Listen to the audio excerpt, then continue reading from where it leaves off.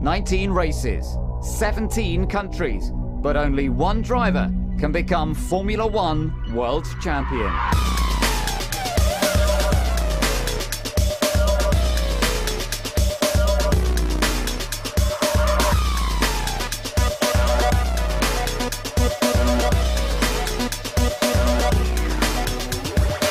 I like the sound of the cars and meeting all the drivers.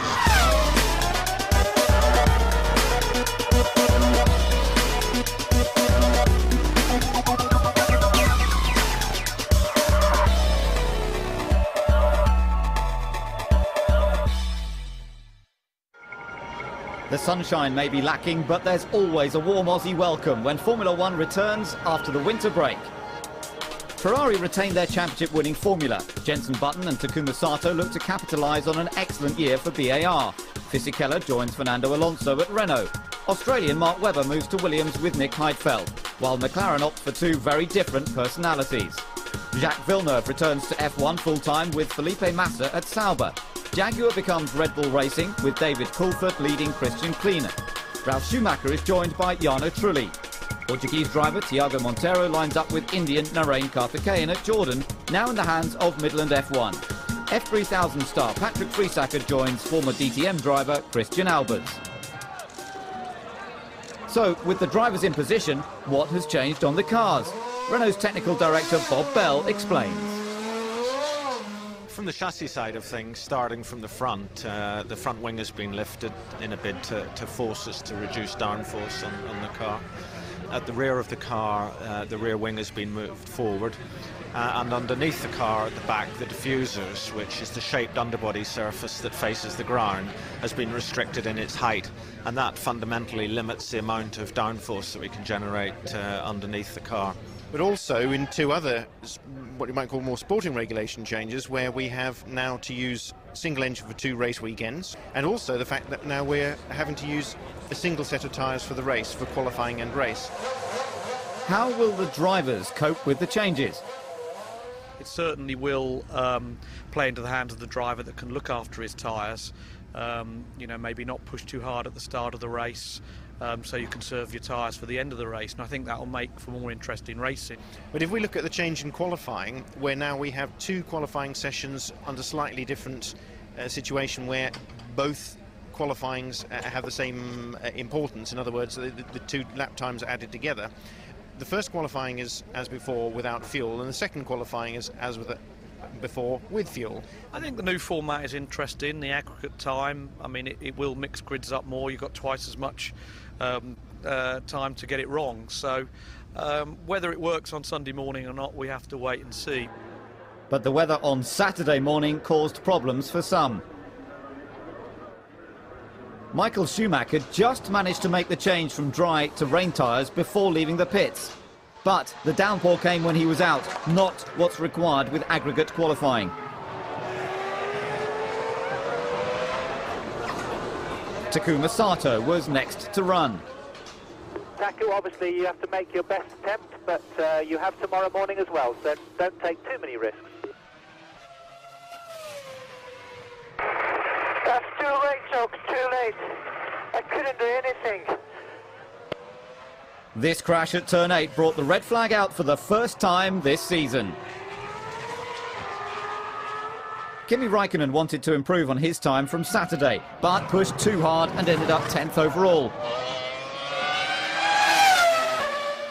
A drying track on Saturday helped Giancarlo Fisichella to set the first aggregate pole position.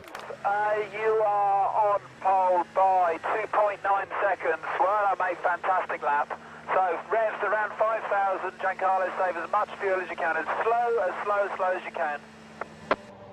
It's an excellent start to the season for Renault.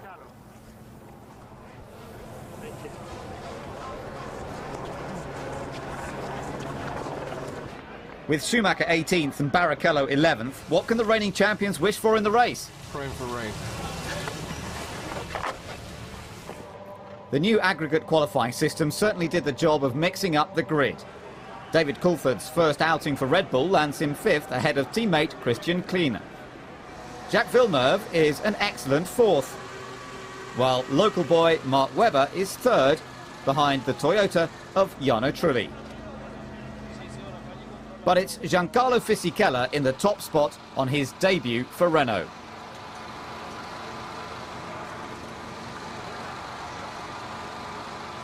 The new season is eagerly anticipated, and as ever, the Australian Grand Prix draws in fans and celebrities in their masses.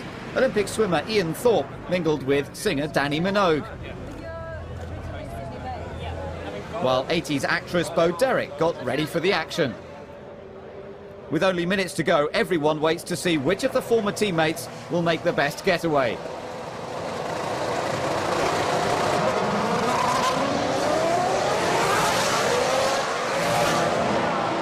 It's the moment everyone has been waiting for.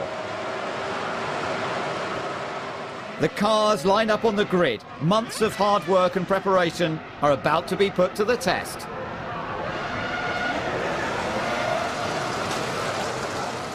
But already someone is in trouble.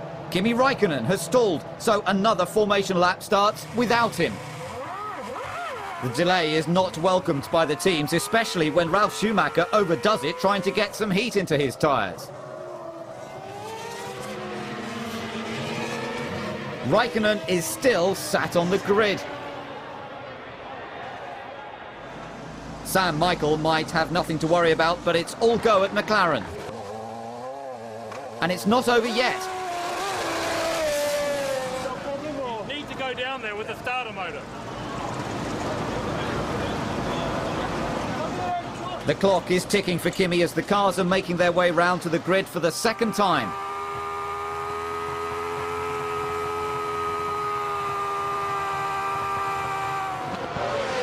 Will the delay have caused problems for anybody else? Things look far from calm and relaxed at Ferrari.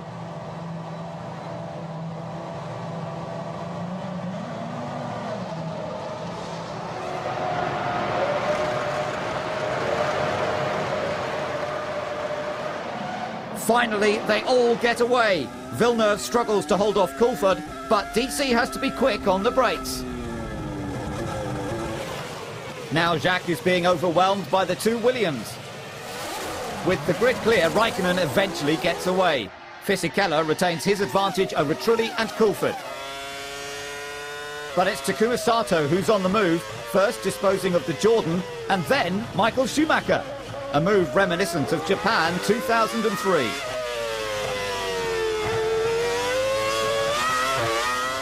Renault's interest lies further ahead though. Fernando Alonso wants 9th of Jacques Villeneuve, whilst Räikkönen caught up with Schumacher.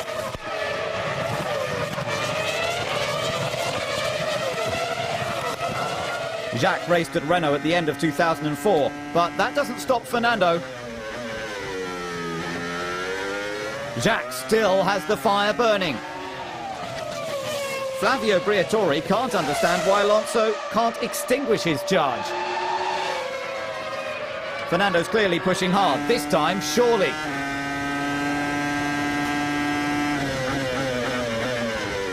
At last.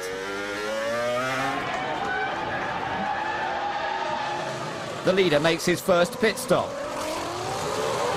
and gets out just behind Rubens Barrichello, who's quietly been making progress from 11th on the grid. Now it's Rubens who makes his stop from P1.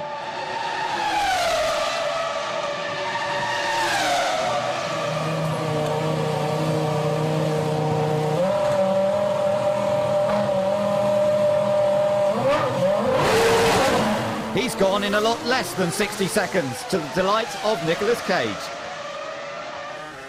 Giancarlo Fisichella has to get a move on. Giancarlo, you have Coulthard 10 seconds behind you, but he's quicker than you at the moment, mate. He's quicker, so you need the pace up, need the pace up.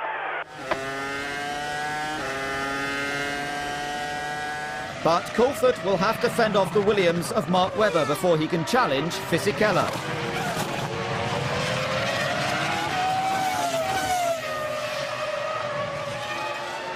Alonso finds Trulli an easier target and is now up to 6th.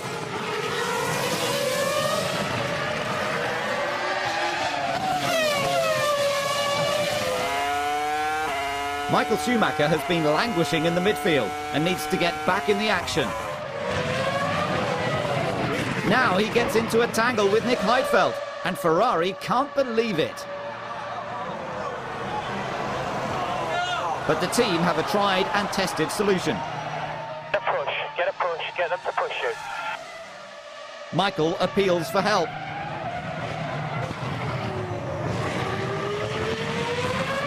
While the teams get their stories together.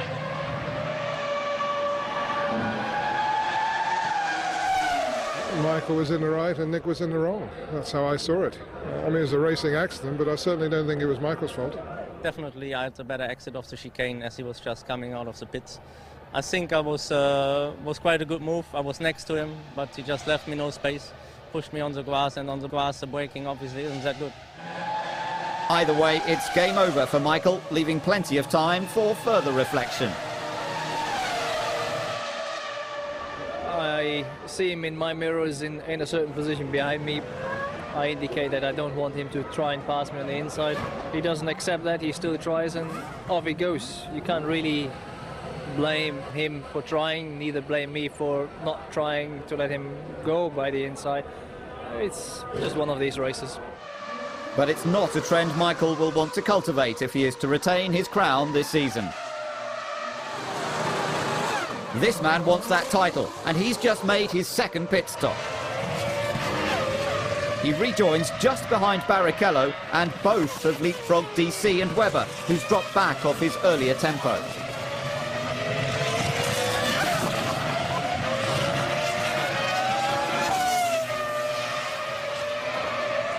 But this man hasn't faltered at any stage.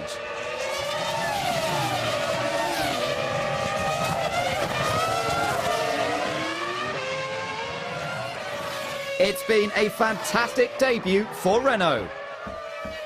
Fisichello's win in Melbourne makes Flavio a very happy man. Bravo, Fisico. Dai. Bravo. Bravo. Well done, mate. Well done. Absolutely perfect race. Well done. Brilliant. That was really good. I'm really happy. Thank you to all of you. A tremendous team effort has paid off over the winter.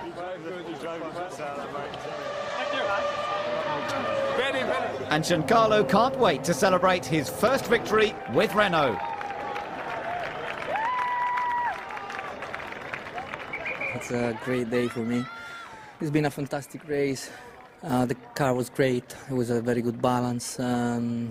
It's the best start of my career, and to win the first race of the season, it's great. I'm really happy. I like to say thank you to all the mechanics, to all the Renault team.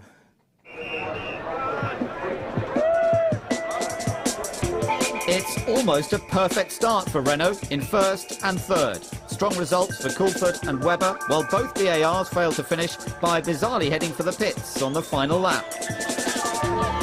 His win in Brazil in 2003 was in very unusual circumstances. This time there can be no doubt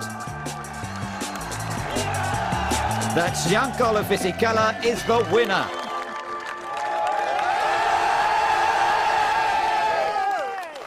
This could be the start of a very different season from those of recent years.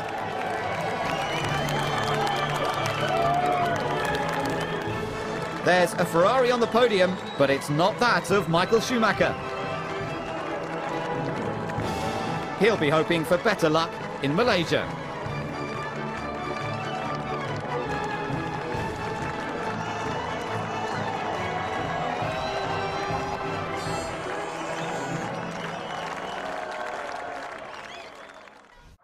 Sepang plays host to round 2 of the Formula 1 World Championship. Points weren't on offer for BAR in Australia, so by failing to finish the race, the team guaranteed new engines in Malaysia without gaining a penalty. As the regulations gave us the opportunity to start with a new engine for this race, then that's bound to be good for us. It's going to be 2 tough races, and I think having the engine being out of phase with most of the other cars should be good for us as well. But by resorting to technicalities in the rules, it suggests their confidence has faded. We're confident. We got with the engine life at the moment, but clearly, given a disappointing weekend for us in Melbourne, then we took the obvious decision for us, which was to start this race with new engines on both cars. No loopholes were required to put Anthony Davidson into the second race seat when Takuma Sato fell ill with a fever. When race day dawned, temperatures rocketed, sending both the crowds and drivers desperately in search of some shade.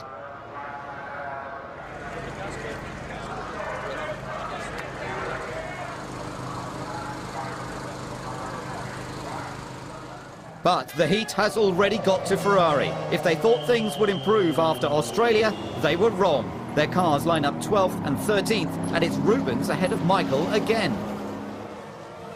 The start approaches. And it's former teammates Jarno Trulli and Fernando Alonso who lead off the grid for the formation lap. There's 56 laps to do in one of the most grueling races on the calendar. Can Alonso keep his cool at the front?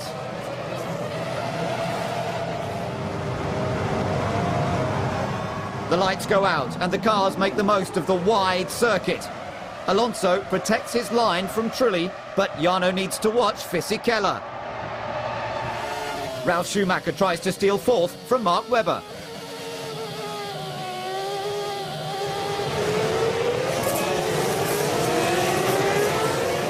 The Renaults are first and third, and that's fine for Flavio. There's action further back. Jenson Button scored his first F1 podium here last year. Now he makes a move on Kimi Räikkönen. He's through. But wait, he's slowed down, and there's smoke coming from the car.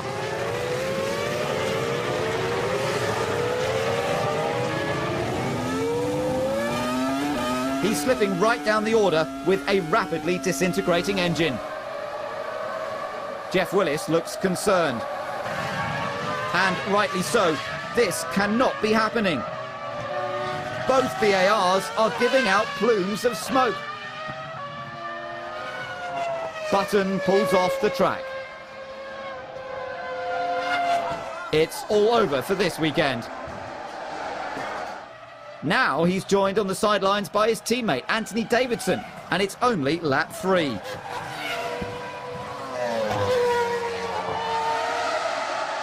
The heat is on at Honda, and Jenson wants to know why. Engineering an engine to do 3 laps is not hard. It's the whole race, and you know, compared to last year, we've made a huge step back in every area, it looks like at the moment. But it's just not good enough because we're quick. That's the annoying thing, you know. Our pace was very good, and for the amount of fuel we had on board, it's very disappointing, but it's got to change, and I don't think it's going to change straight away. That's the only worry. My first race with BA Honda, and not exactly what I wanted, but yeah, while it lasted, it was fun. Well, I'm very angry, but there you go. Kimi Räikkönen has very little to smile about either. His right rear tyre is in shreds. He'll have to make a stop for a new one. A tyre valve failure on the outlap following his first pit stop caused the problem, and now he's struggling to get back to the pits.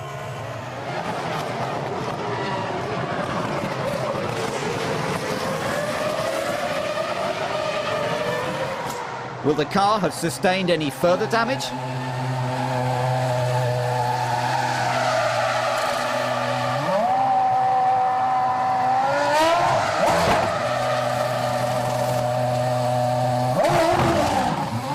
He makes his way back on track, but Ron Dennis wants answers.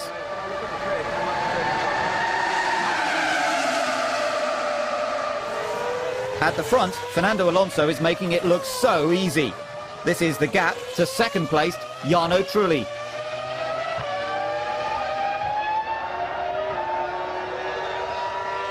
But Fisichella is slipping back. Giancarlo, you lose a huge amount of time in the middle sector. I don't know what's going on in the middle sector, but that's where you need to concentrate. You lose a massive, massive amount of time. 1 second in the middle sector, nearly 1.5 seconds to Fernando. Fisichella has it all to do, but it's all over for Jacques Villeneuve. I lock front wheels all the time, and if I just try to be a little bit more aggressive and push, then I lock the rears, so not sure what to do. Oh, I'm having a hard time with this car. Fisichella has not managed to improve his middle sector. Now he's being caught by Ralph and Webber. Ralph makes his move. Webber goes defensive, but Ralph doesn't budge. And his former team cannot believe it. Now Nick Heidfeld joins in the scrap. Ralph watches as Heidfeld makes a move on Webber. Then manages to grab a piece of the action himself. Now he's hounding Webber. Until Nick has a go at him.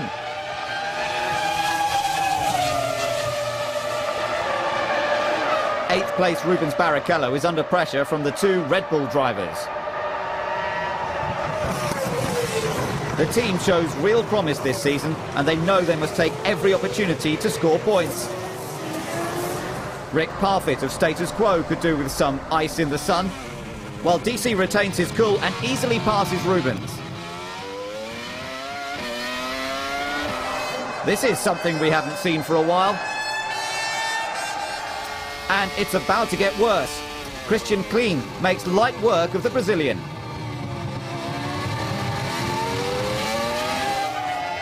Ralf Schumacher has dropped back, so Fisichella is being plagued by both Williams drivers. And they look fired up for the attack. But technical director Sam Michael doesn't want any silly errors.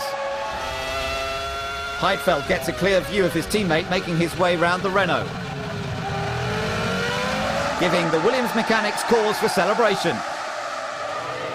But Giancarlo is not done yet. Despite the debris from Kimi's car, he moves left, Webber right, then they both go for the same piece of tarmac. The Sepang circuit is wide, but not that wide, nor is Flavio's smile. The drivers are furious. So what happened? He overtook me before the last corner. Then just after, I overtook him again. I don't know how he was going to repass me again. His tyres were absolutely finished. In the last corner, I went through the corner and I saw him coming from the outside. So he came down the inside, so I went back to the braking on the clean line. And he came straight in the side. He braked very late on the inside on the dirty lines. But there was no possibility for him to overtake me, and for me there was no space enough, and we had the accident. It's not my fault. I don't know how he was ever going to stop better than me, because he had no tyres and he was on the dirty side. Their body language says it all. Christian Albers has a blue flag moment, but he's not the only one being lapped. Jarno Trulli is about to put one on Rubens Barrichello.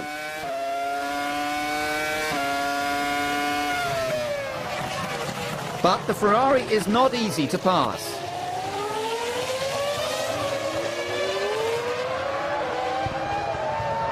Finally, he does it, to the delight of his team. Barrichello, however, doesn't get a chance to claim that lap back. A top six finish is lost thanks to a piece of rubber that got lodged in his rear wing, upsetting the balance of the car and damaging the rear tyres. He's not the only one with problems. Ralf Schumacher needs a new nose cone. Every part of the process is closely scrutinised. And not just by Toyota. McLaren get Montoya out ahead of Ralf when he rejoins the track after his pit stop.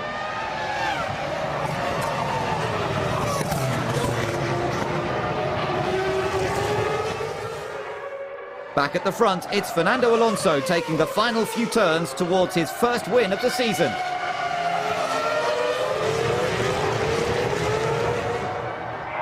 Come on, guys. You are number one. You are number one, guys. Again, you are the best. You are the best. And we show everybody again.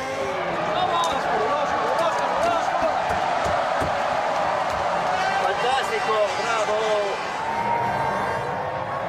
After 4 years of preparation and 3 years of racing, Toyota finally make the podium thanks to Jarno Trulli.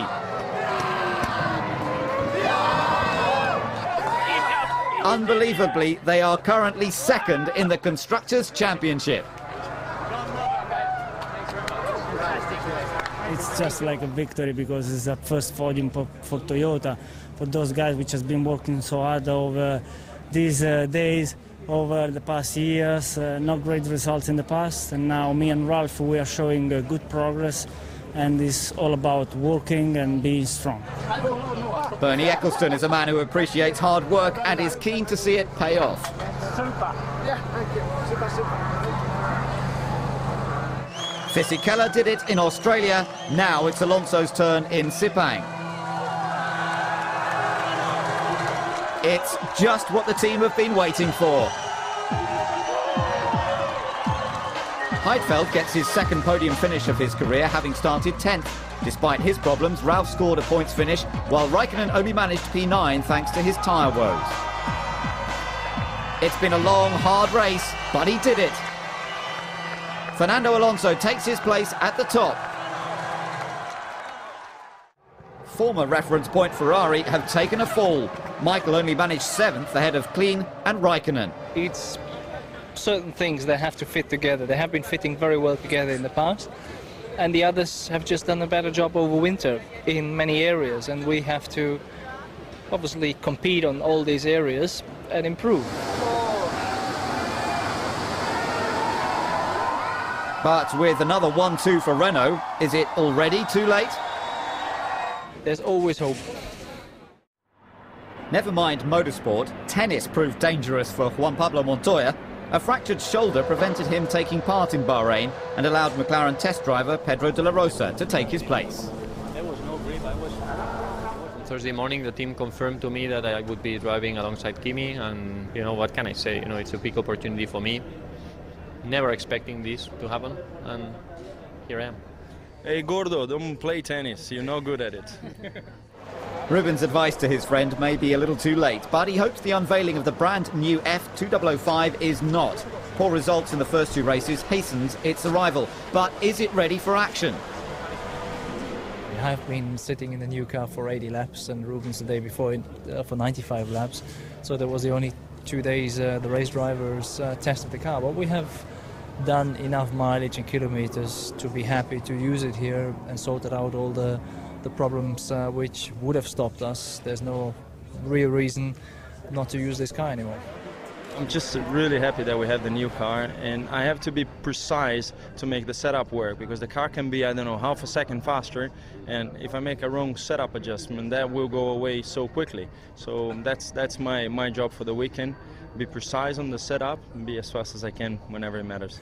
I think we have the resources, we have the human manpower, we have everything in our hands to move back, and we have a strong partner with Bridgestone, although they're being criticised a little bit at the moment. Never forget, we have been winning 5 years in a row together with them, and I trust in them. They will as well come back and fight hard. And I said in the beginning, 19 races, it's only 2 we have done. A long year to go. But it was Barrichello that had a long way to be pushed following problems after qualifying, and it will be just as far from the front of the grid.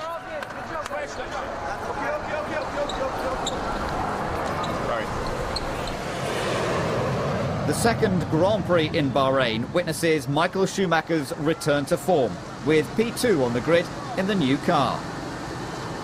But it wasn't enough to beat this man. Hot off the back of his Malaysian win, Fernando Alonso is on pole position.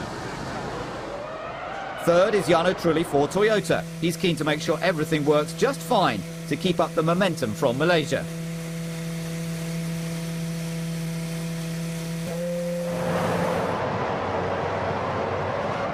The lights go out and Michael slots in behind Fernando. But Jarno's still in the mix. Rubens Barrichello has his work cut out, starting from the back, and he hasn't made things any easier making contact with the Red Bull of Coulthard. Webber tries to use the slipstream from Jarno to take third, but the Toyota maintains position. Preserving the status quo is the last thing on Fisikella's mind. He wants 7th off Raikkonen. He looks to have done it, but Kimi's back for more.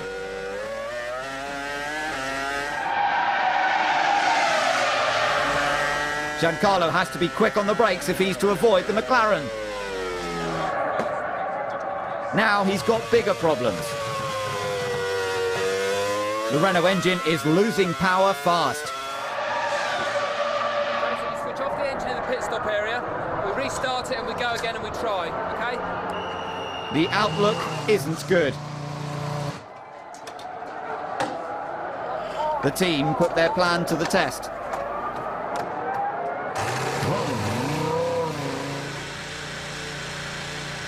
But the message is clear. Fisichella is going no further.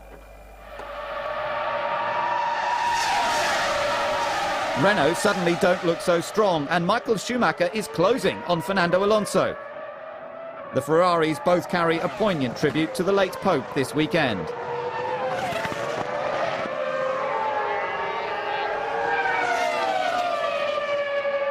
For Renault, it's a tense time. Even Giancarlo looks concerned. But they needn't have worried. The new Ferrari has been losing hydraulic pressure. Now Michael's struggling to change gears.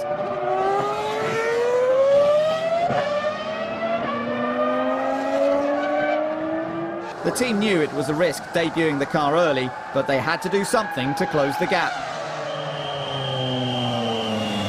This time, the gamble didn't pay off. Could hopes for another championship be fading after all?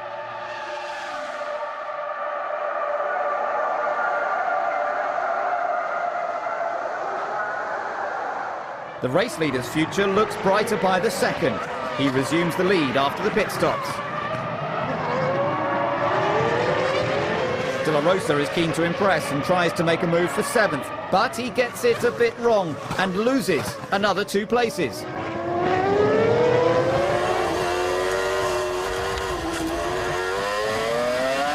Jeff Willis is keeping a close eye on both BARs, who are both suffering brake wear. Takuma Sato's under pressure from Barrichello, but a mistake from the Ferrari eases the situation for now. Michael takes it easy on the pit wall, while Nick Heidfeld is slowing on track with BMW power fading fast. No power, no power.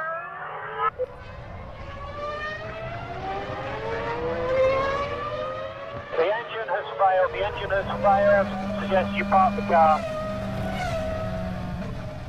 If you see a fire marshal, just stop near him, just in case there's any flames. Right on cue.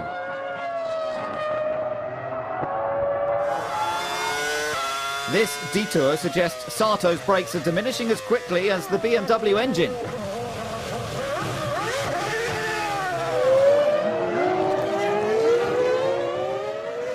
Fisichella, Schumacher and now Nick Heidfeld is the next driver resigned to watching the race from the pit wall. And there could be another thanks to Sato's failing brakes. There may be a shortage of parking spaces at this rate.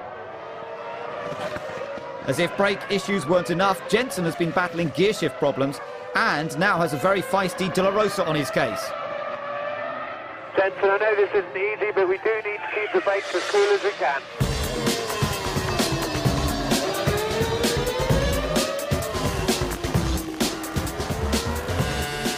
Pedro has nothing to lose and his persistence pays off at Button's expense. The McLaren now has the Ferrari of Rubens Barrichello in his clutches. But he pushes too hard. Mark Webber loses 3rd with this spin. Kimi Räikkönen gets a wake-up call. Pedro's on the move again. While Alonso can't put a foot wrong for Flavio. Trulli and Webber take time out. Renault keep an eye on their rivals. While Ron Dennis goes back to basics.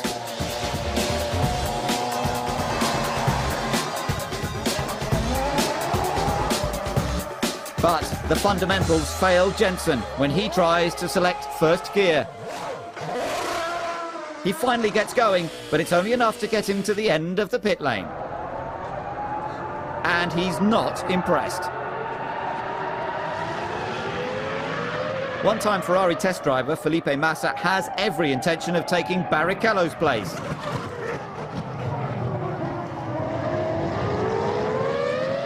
Rubens only managed 4 timed laps before starting the race and had to use Michael's setup, which doesn't complement his driving style.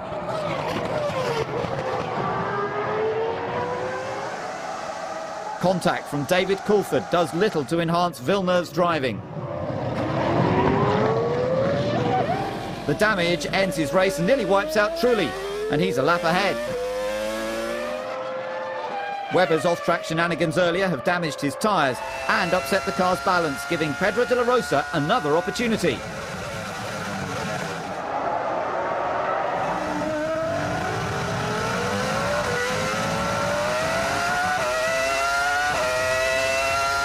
He might just be deputising for Juan Pablo, but there's nothing to lose as he moves up another position. Now that's a rare sight.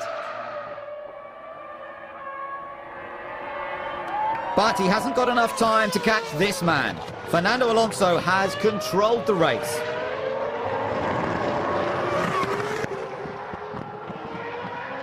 And Flavio seems fairly happy. Fantastico, sei numero uno, bravo. Fernando, fantastico, bravissimo, bravo, bravo, bravo, bravo, bravo. Jarno Trulli takes second place, but the day belongs to Renault. Kimi Räikkönen put in a good performance to finish third after only qualifying 9th, while his teammate has every reason to be happy. The car was very strong, and I must say the rear tires, you know, the Michelin tires were very well. They worked very well in the heat, and I needed 20 more laps really because my car was in a very good condition. So was he the day's superstar? No, superstar is the guy that wins the race. That'll be this man. It's his second win of the season and the 100th win for a Renault engine in F1. But his friend takes a moment to remember the late Pope John Paul II. Only 13 cars made it to the finish in Sakir. Trulli moves up to second in the championship, while Ralph and Coulthard's points push Barrichello down the order. Trulli splits the Renaults in the Drivers' Championship. Coulthard is ahead of both McLarens, but Michael has a lot of catching up to do. McLaren leap up to third. Red Bull are ahead of Ferrari, but something else is needed to lift Jordan, VAR and Minardi out of the doldrums.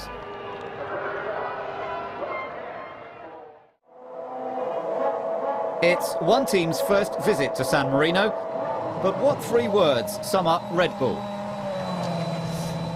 3 words for Red Bull. Awesome. Energy. Fun.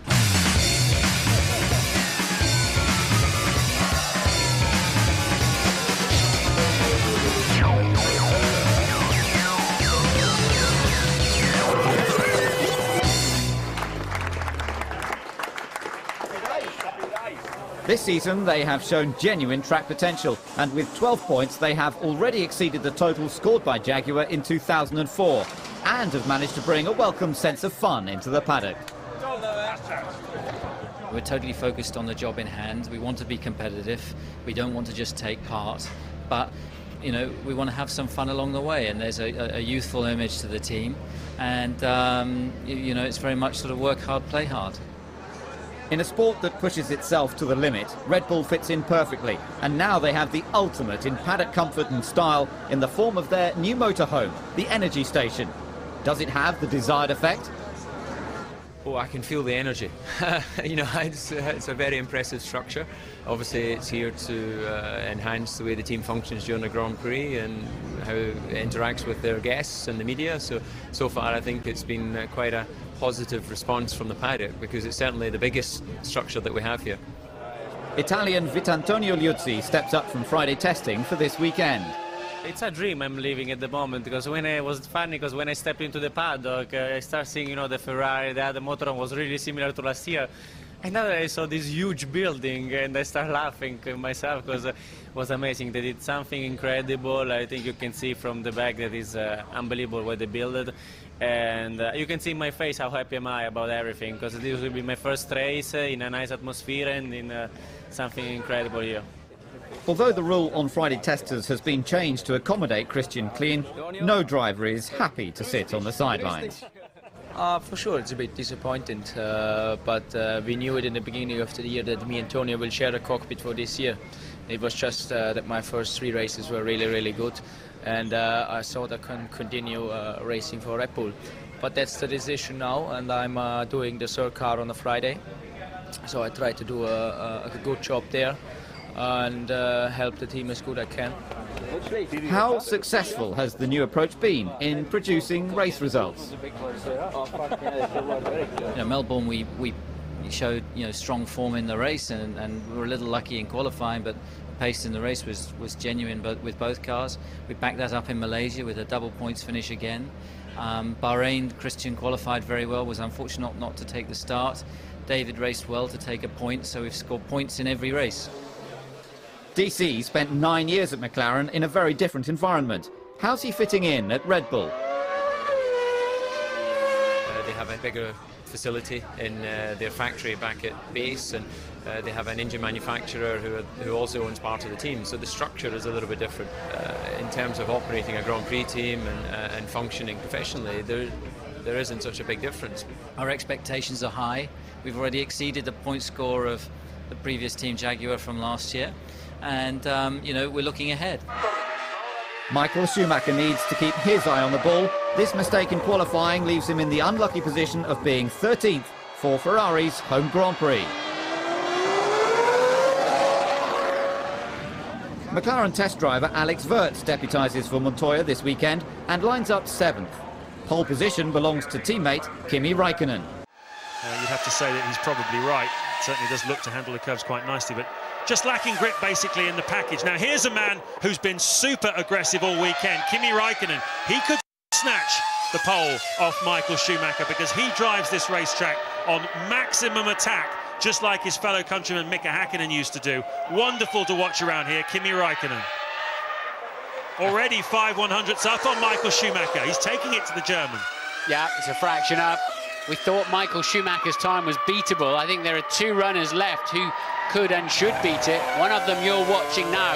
You're looking through the boss of his steering wheel at him working away. You don't get too much of a feel from this shot, funnily enough, really, of just the energy and speed that's going on there through Aqua Minerale.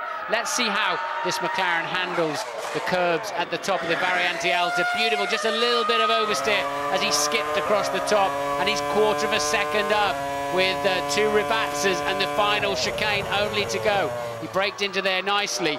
Now, perfect exit, James. Absolutely. He's qualified 10th, 6th and 9th in the first 3 Grand Prix.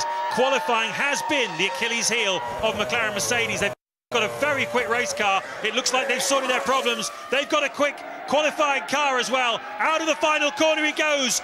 Over 0.3 of a second faster than Michael Schumacher. A superb lap by Kimi Räikkönen. Ron desperately trying to stop that big smile coming on his face there, because that's what they needed to do. They have unquestionably got the best car in the final quarter of a Grand Prix when it comes down to tyre wear. But if they can only start at the front and get a solid first part of the Grand Prix. Alonso is gunning for his 3rd consecutive win from 2nd, and Jensen gets back on track to line up 3rd. The start of the European season approaches. Can Jensen do anything about this view ahead? Kimi has a cracking start, and Alonso has to settle for 2nd. Jensen holds on to 3rd, and they're all through Tamburello safely. Already Kimi is pulling away from Fernando. McLaren wants payback for the disappointment of Bahrain. Michael Schumacher started unlucky 13th after a bad qualifying session. Now he's picking his way through the field.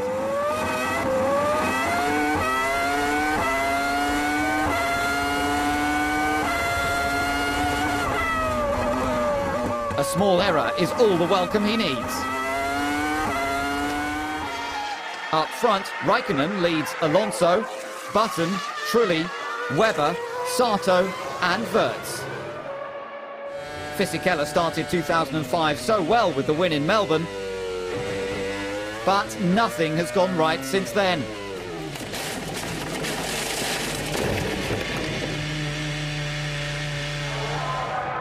That's 3 non-finishes for Fisichella.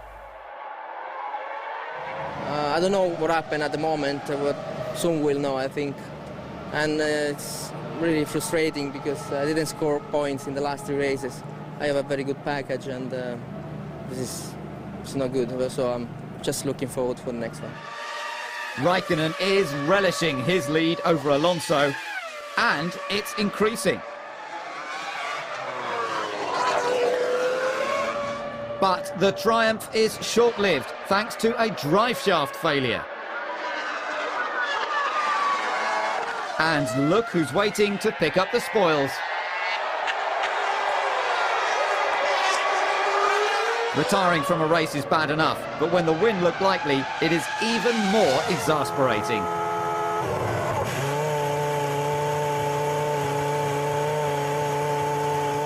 We've had some long-range component failure on the drive shafts in testing, but this was a new component and was well within its lifespan, so it's frustrating.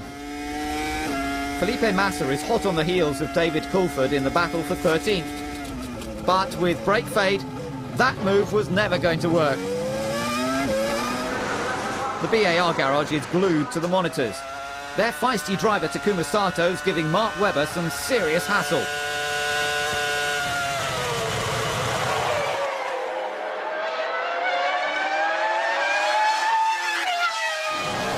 A heavy fuel load has enabled Michael to blitz the rest of the runners, and he's up to 3rd.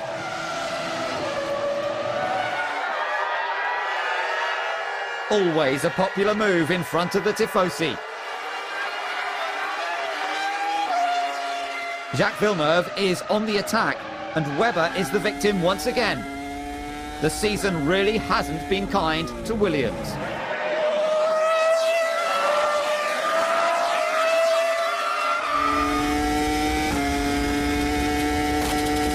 Brake fade or brain fade. That's the second run in between these two this afternoon, and Felipe's not happy. The race leader pits, but if he thought with Raikkonen out of the way he could relax to the finish, then he was very, very wrong. Never discount the Ferrari of Michael Schumacher.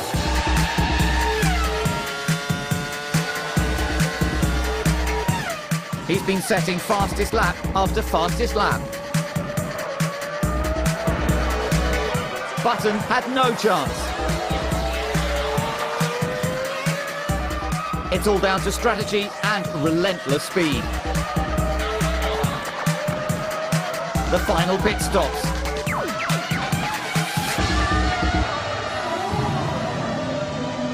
Ferrari know the drill.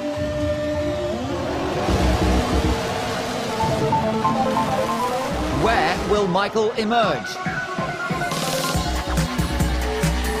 Alonso retains his lead, but can he keep it?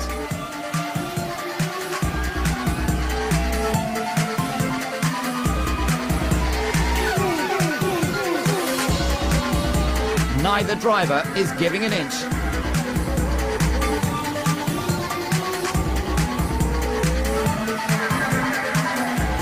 They get closer every lap.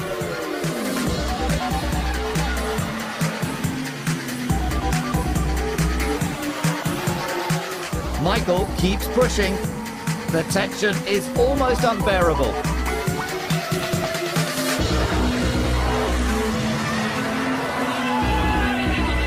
It's the final lap. Can Michael do it? Alonso holds him off to win on Ferrari home turf.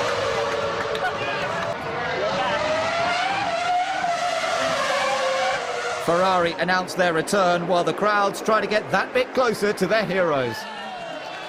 Bahrain may have been the hottest race so far, but surely San Marino provided one of the most closely fought battles of recent times. Fernando stakes his claim as the new champion in waiting. Wirtz's fourth place is some consolation for McLaren. Sato and Villeneuve score for the first time this season, and a double points finish helps Toyota stay second in the Constructors. It may have been some time, but at least Michael and Jensen haven't forgotten what to do on the podium.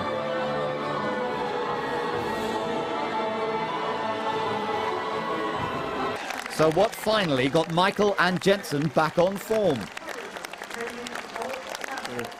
A tremendous effort and work from everybody within the team. Test team, engineers, test drivers, Luca Balovea, Marc Genet. Everybody was just flat out working and on the limiter, and it paid out. It's the same sort of situation Michael's been in. You know, we've all worked so hard since the last race to turn things around. And we have, you know, we're not yet on the same pace as the Ferrari, but, you know, they've done a fantastic job. The Spanish Grand Prix is next on the calendar, but events from Imola had to be cleared up first. When Jensen Button's car was drained of fuel after the race, it was found to be 5.4 kilograms below the weight limit. The FIA argued that the stewards were wrong to accept the team's claim that the car and driver weighed more than 600 kilograms at all times during the race. Even if they did weigh the correct amount at all times, they believed this was because fuel was being used as ballast, which is not allowed.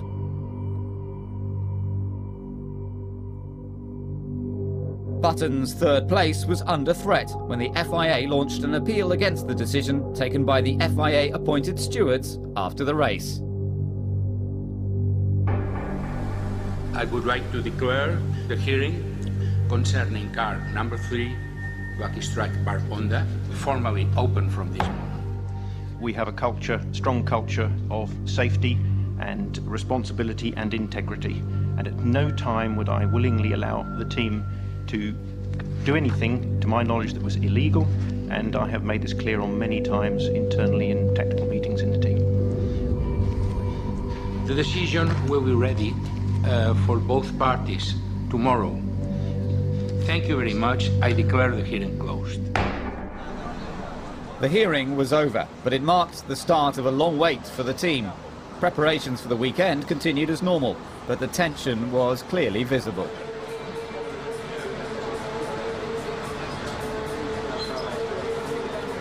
There was nothing to do but wait for the FIA's decision. And the world's media was ready when it arrived. And the world is just about to learn about the result of the appeal. We just take a look at the team received a 2-race ban and lost the points they had in Imola because the car was effectively declared illegal.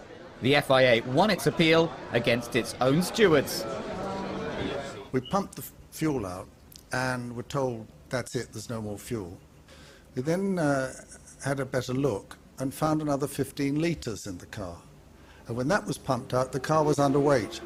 Well, that was open and shut, 594.6 kilos without the fuel, and that is an illegal car, there's no escape. Tyrrell got thrown out in '96 because we lost all of the water out of the Yamaha engine and we were a kilo below the weight limit, and it was illegal. And that's that. BAR Honda Chief Executive Nick Fry sought to clear the team's reputation. I don't think there's any issue with the collector tank in the BAR, what they've done with it. It's the fact they're using fuel as ballast, and it's clear that you're not allowed to do. After extensive legal advice, the team decided there was nothing they could do to race this weekend. In the interest of the sport, they chose to limit disruption, pack up and make their return at the Nürburgring.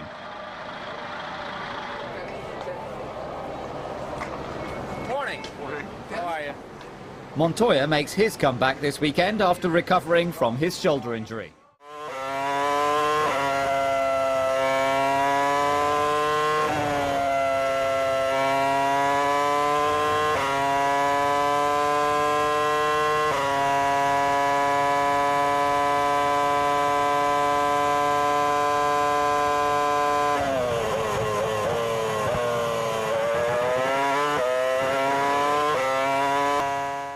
He was out-qualified by Kimi Räikkönen and Mark Webber, but at least he's not at the back like Barrichello and Heidfeld. Can the Williams get a good start and keep the Spaniard at bay? It's a nail-biting time for the teams. Strange position when the lights go off. We'll be racing 66 laps at Barcelona. Begin now. Great start for Raikkonen, and Alonso has passed Webber. He's got him on the run down to turn 1. Someone's gone on the grass. There's a lot of action there. One of the Toyotas, I believe, was involved in that. Look at Brachialer coming down the inside. Webber has been bumped down into 3rd place by one of the 2 Renaults. Raikkonen leads then. Alonso up into 2nd. We've got a Minardi stalled on the start line, and Webber, as we feared, has dropped down into 4th place off the start line.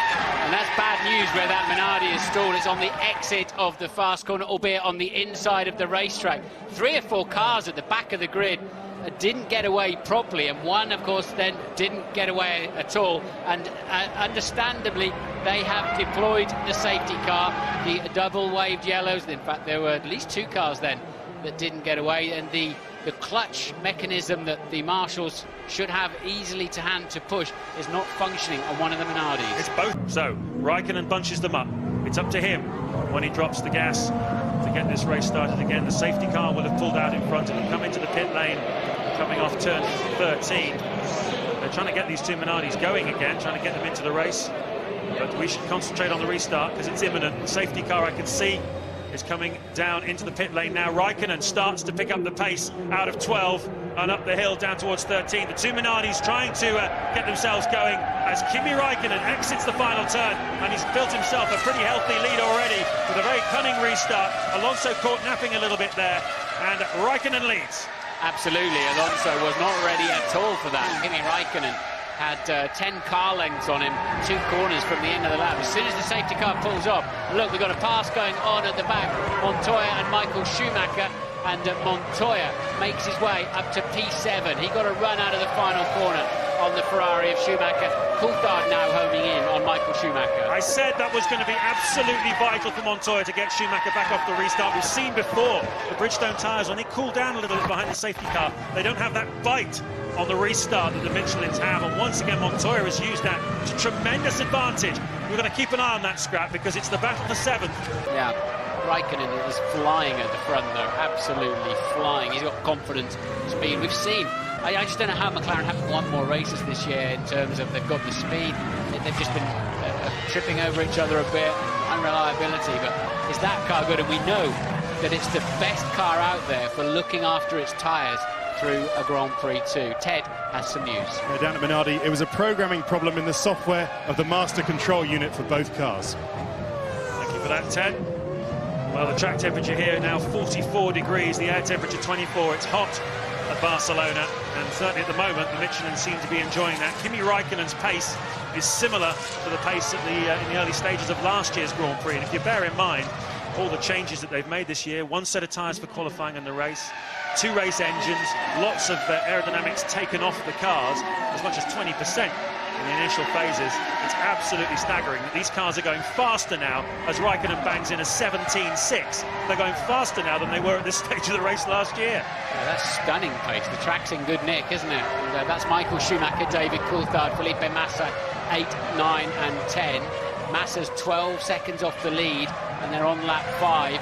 All of those safety car laps count towards the Grand Prix distance. There'll be some feverish recalculations going on because the cars use less than half as much fuel on a safety car lap as they do when they're on a hot lap. I think he's got a good amount of fuel on, as I'm sure has Raikkonen and Alonso. Raikkonen has done a new circuit lap record on lap 6 of a 1:17.196. Stunning pace at the front of the field. He's on for an even better one here. He might crack into the 16s on this lap. It's all purple sectors on the computer here for Kimi Räikkönen. He is driving the race of his life, pulling away, trying to open out a gap in the way that Alonso has done. 1:962 for Kimi Räikkönen. Alonso tries desperately to respond. He's bringing his lap times down by the same kind of increments, but they started higher. 1:17.5 for Alonso, and he can't respond.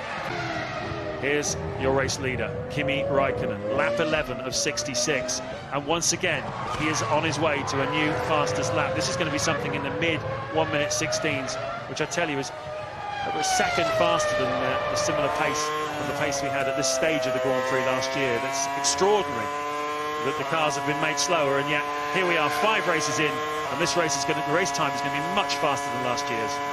A 16.5. At 1 minute 16.5. Alonso comes over in a 1:17.6. The gap up to 7.7 seconds. Raikkonen is flying. If he pits at any time near Alonso or the other key runners, he's got this race comfortably in the bag. And that's stunning, but he's pushing the car so hard. He's already faster yet again in the first sector on this current lap, which is lap 12.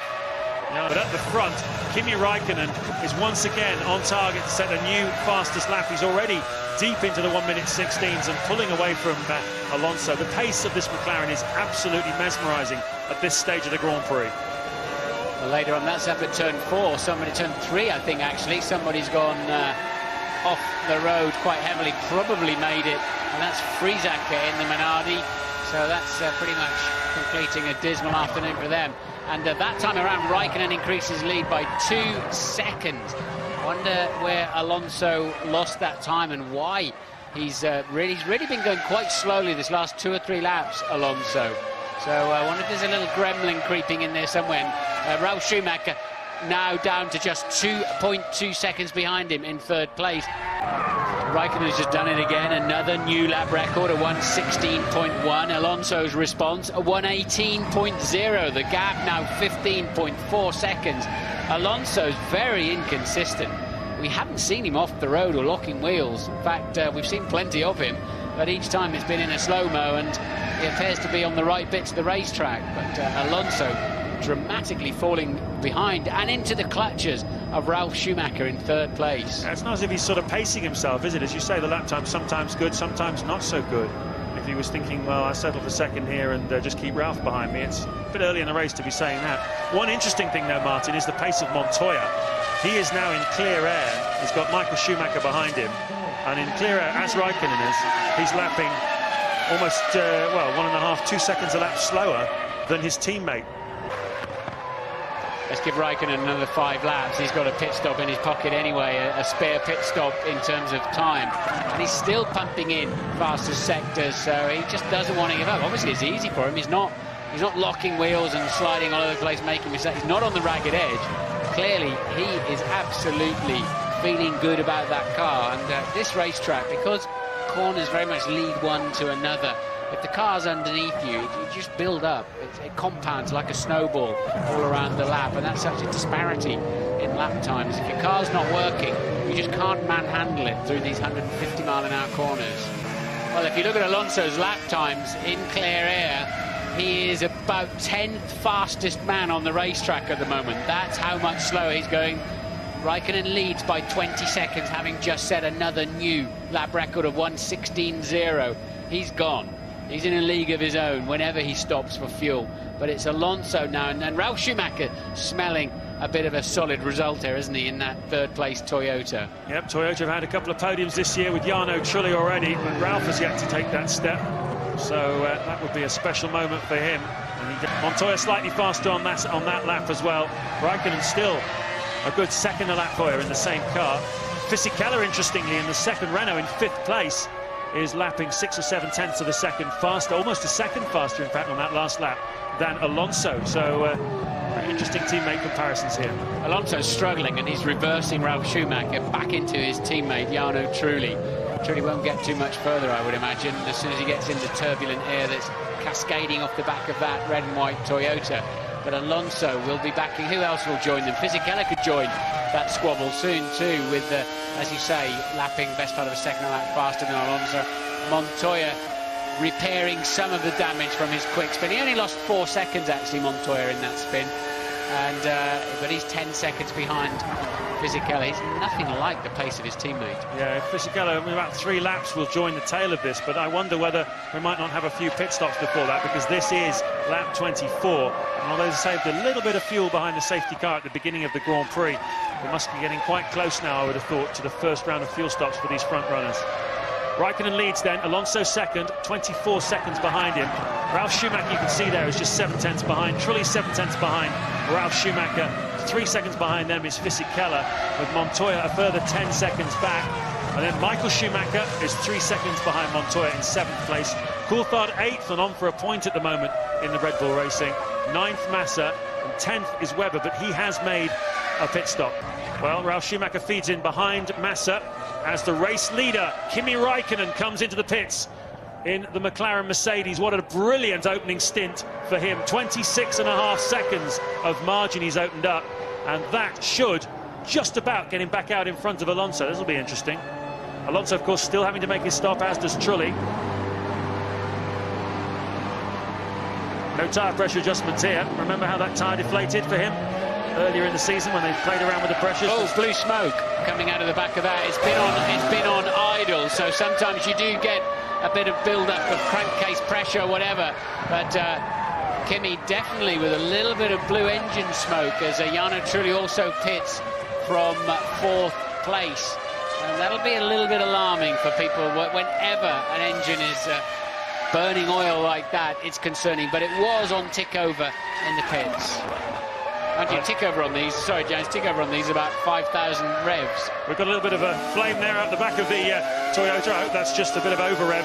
Looked to me like Raikkonen did rejoin in front of Alonso from the very wide camera shot we had there. So that has actually come out then to be the case.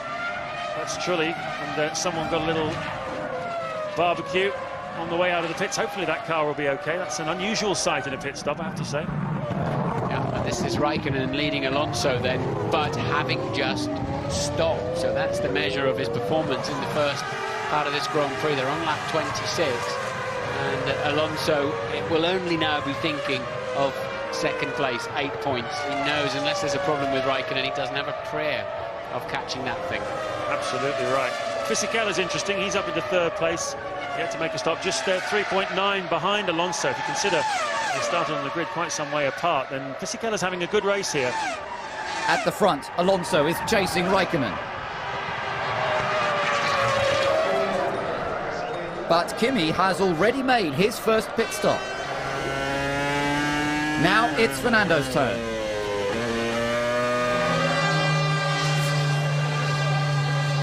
He won't be able to do much about the gap to the McLaren.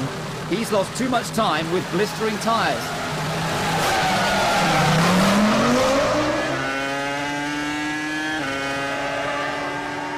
But at least he exits the pit lane 2nd, well ahead of Trulli, who did manage to leapfrog his teammate despite his refuelling nightmare.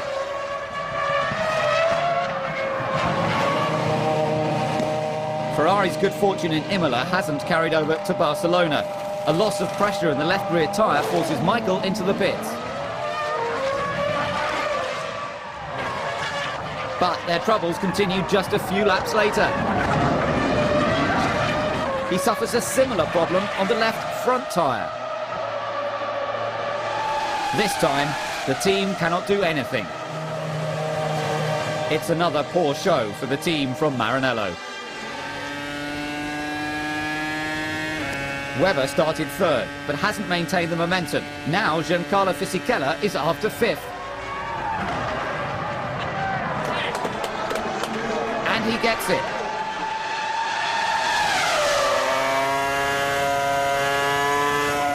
It was a worthy attempt, but Alonso couldn't catch Raikkonen.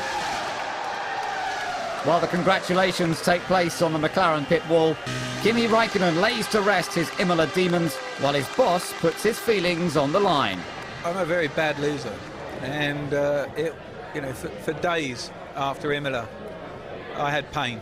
It was really a tough race to lose, and the best emotion of all is that I can wake up tomorrow morning along with all the other people in the team who have similar levels of pain and say, okay, we've done it, and it'll put us in the best possible frame of mind for Monte Carlo.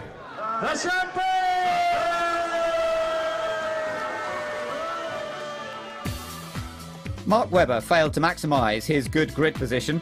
Coulthard couldn't get ahead of his McLaren replacement, and Barrichello was the only Ferrari to finish. But from the celebrations at Toyota, you'd think they had won the race.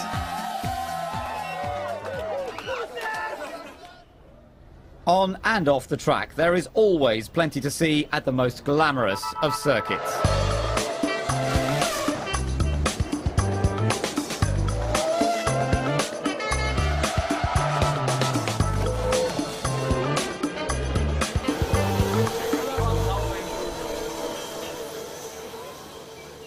The Riviera setting may look chilled and relaxed, but the tricky street circuit caught several drivers out. Christian Albers cut short his practice session after making contact with the barrier at turn 3. The red flag was brought out in Saturday's second practice after a controversial incident involving 4 cars. There were several versions of what happened, but it was Juan Pablo who took the penalty.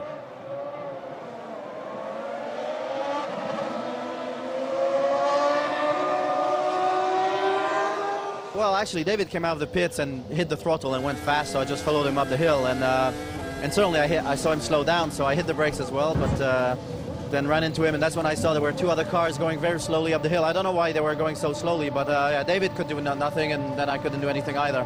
You know, I was following Ralph out of the pit, and Ralph was already a little bit up the straight when he got his blue flag, so he moved over, but very difficult to be flat and overtake a car going up the hill, so naturally Juan Pablo had to back off.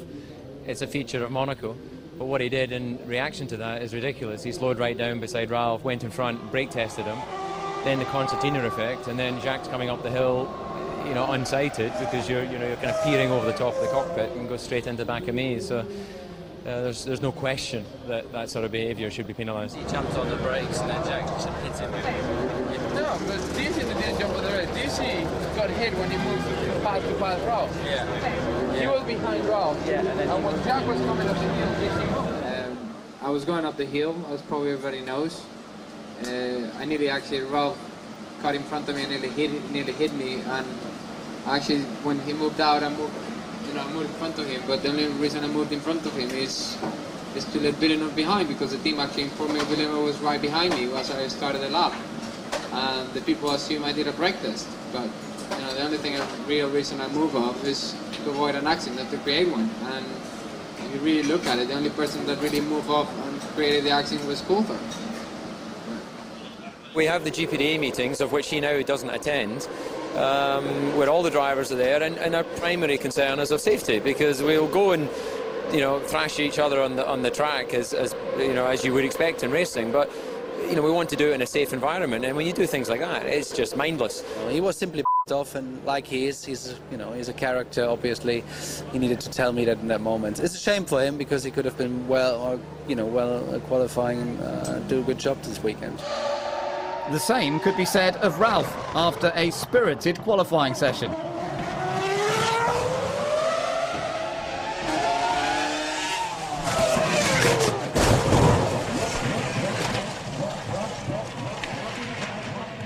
I always had a bit of understeer there, so that's why I at this time decided to turn in a little bit sharper.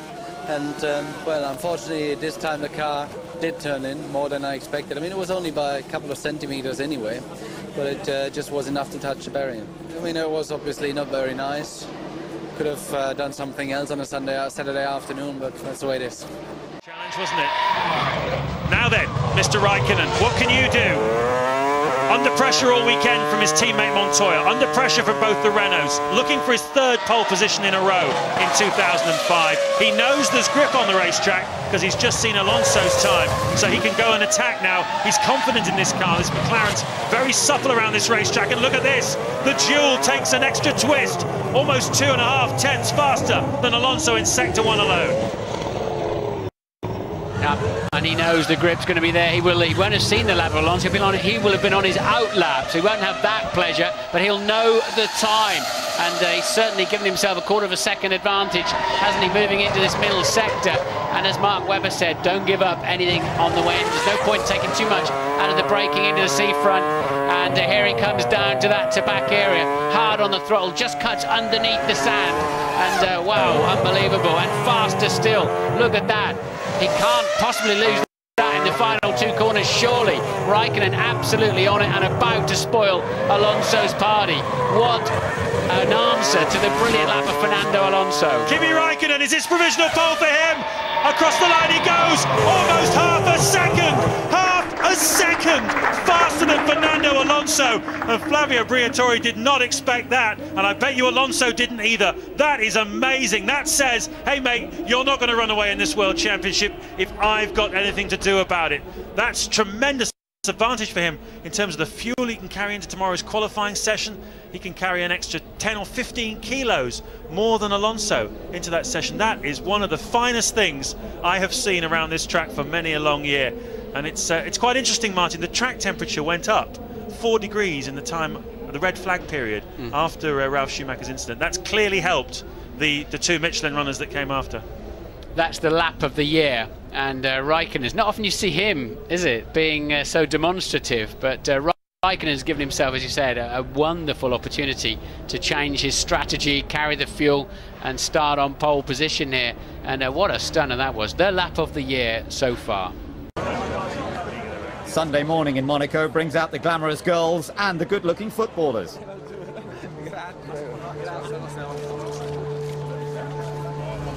And even a few old faces return to wish old friends the best. In Monaco, the sunshine brings a smile to everyone's face. Particularly for McLaren, with a diamond-encrusted helmet for poleman Raikkonen.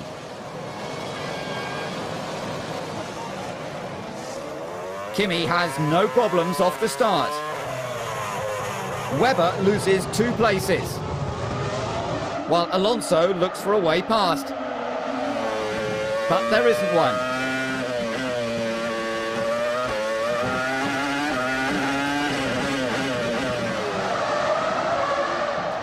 Coulthard is 7th. But he slows. And Schumacher smacks into the back of him. A sideways moment at Mirabeau for Albers creates quite a traffic jam. The roadblock brings out the safety car. While Coulthard is left to explain what force took him out. On the pit stop a moment ago, what kind of margin has Raikkonen already got over Trulli? 5.6 seconds in 1 lap alone, so he's certainly well on his way to buying himself that cushion that he needs. And look at Alonso under pressure, so whether he's made a mistake or just struggling with a fresh fuel load and the same tyres to just get some grip, but Alonso, instead of being all over the back of Trulli, he's under pressure himself. Don't know what went on there. Maybe we'll see a replay of a mistake, or he's just struggling to find grip. One of the things that's interesting is we've seen all season that the Bridgestone tyres don't like sitting behind a safety car. They don't come up to speed very quickly when they're released. But Michael Schumacher was the 2nd fastest man on that lap after Kimi Räikkönen, and all the other Michelin front runners were slower than him on the first lap. So the Bridgestone coming up to temperature very quickly and very nicely there on Schumacher's previously damaged Ferrari. He obviously had a little bit of free air because he's up behind Raikkonen. I think a lot of the other people in traffic, if you look at Webber here. Alonso's definitely struggling though, isn't he, for pace at the moment. Of course, he has fueled up. Alonso, well, mind you, so is Webber, who's chasing him down, and Heidfeld. They're similarly fueled. So Alonso just hasn't got the pace, then struggling through turn 1 as well there. And the lead over Alonso that Raikkonen had is 9.4 seconds after 2 laps of the restart. Yep, the safety car has really helped Raikkonen in his battle with Alonso. It's certainly not helped Fisichella. He's dropped down to 8th place. We've seen David Coulthard eliminated once again through no fault of his own. He's talking now with Louise Goodman. Approaching half distance in the Monaco Grand Prix. It's lap 35. Kimi Räikkönen has just set the fastest lap of the race so far, 1:16.222. And for the 2nd lap in succession, his main rival here this afternoon, Fernando Alonso, has done a lap in the 1:19s. I wonder whether Alonso has more trouble than we were just suspecting. It may have just been a little bit of a balance issue, but now the pace really dropping off. Raikkonen again, 1:16.046. This could be the decisive pace of the race. We've had a safety car intervention after Minardi spun at Mirabeau. Michael Schumacher had his front wing knocked off. That's put him a lap down, and he is in 13th place. David Coulthard was eliminated from the race in that incident as well. He was running in a strong 7th place at the time. A lot of the 2-stopping drivers pitted at that point. Alonso, Webber, Heidfeld, Massa and Fisichella. Fisichella, the big loser, he had to queue up behind his teammate Alonso. He dropped from 4th down to 8th place at that point. Battle going on still between Barrichello in 10th place that is bound to get some resolution soon, because Montoya is bound to get a little bit impatient, and Raikkonen once again is stretching his advantage. Well, we're joined in the commentary box. We're delighted to be joined up here by Jenson Button, and Jenson Raikkonen's really, this is a key moment in the race for him now, isn't it? Yeah, it is. I mean, he's just under 3 seconds quicker than Alonso at the moment. I mean, that's just staggering. That's not all fuel. You know, Kimi's doing a great job out there at the moment. Yeah, I think the Renault boys will be scratching their heads because they took a gamble on coming in with the safety car, and it could have paid off for them. But his pace subsequent to that has just been appalling and just left him nowhere. I mean, give it another 3 laps, and Raikkonen will have a spare pit stop in his pocket, whatever his strategy is this afternoon. Ted has further news.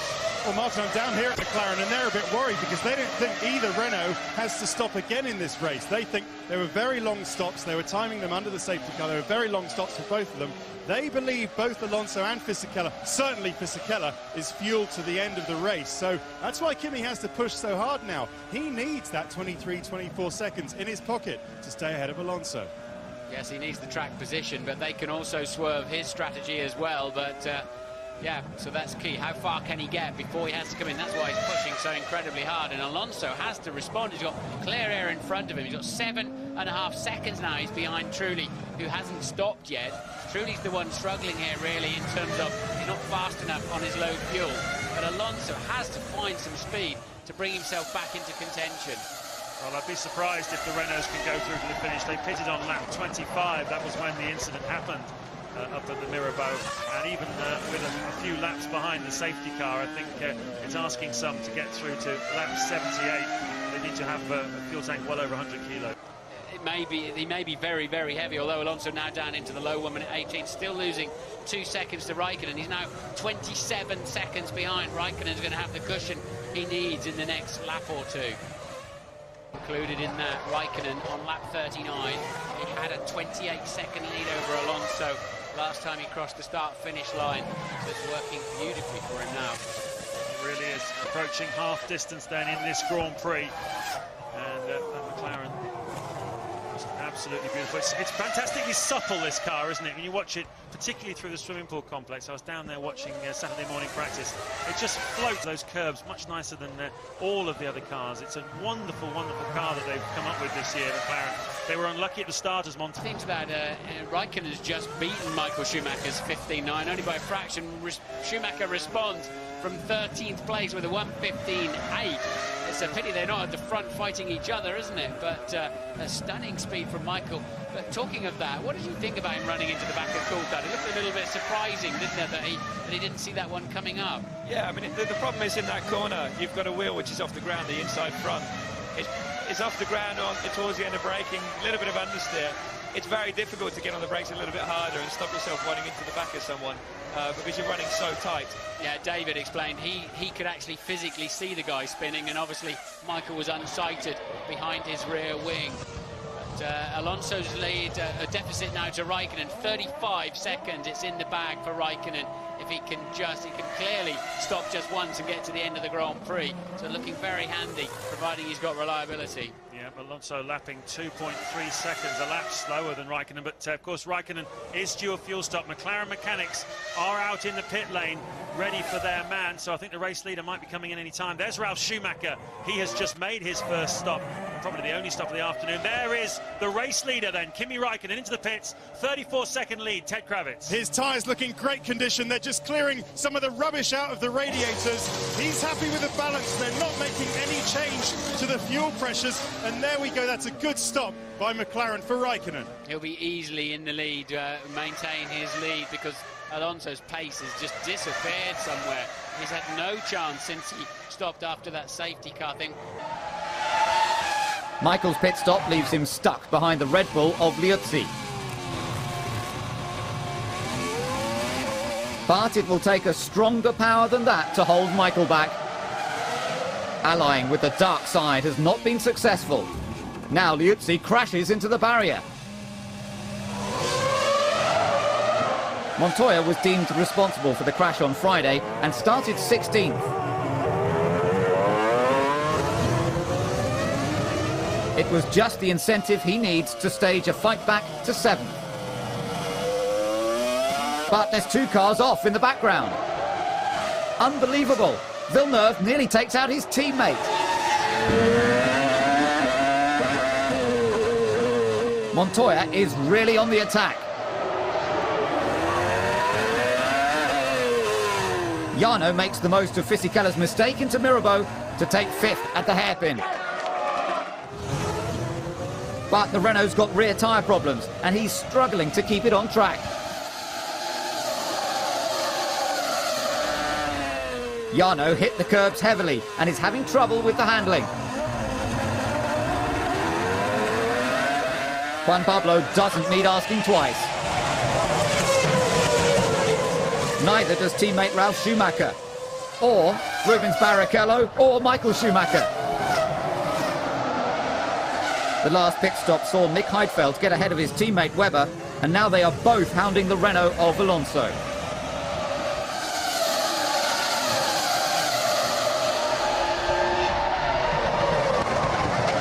It's a brilliant move from Heidfeld for 2nd. There's nothing Renault can do. Now Webber's going for it.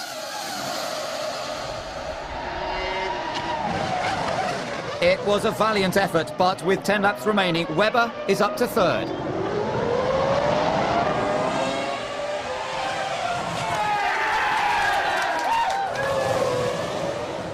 There's quite a queue behind Fernando.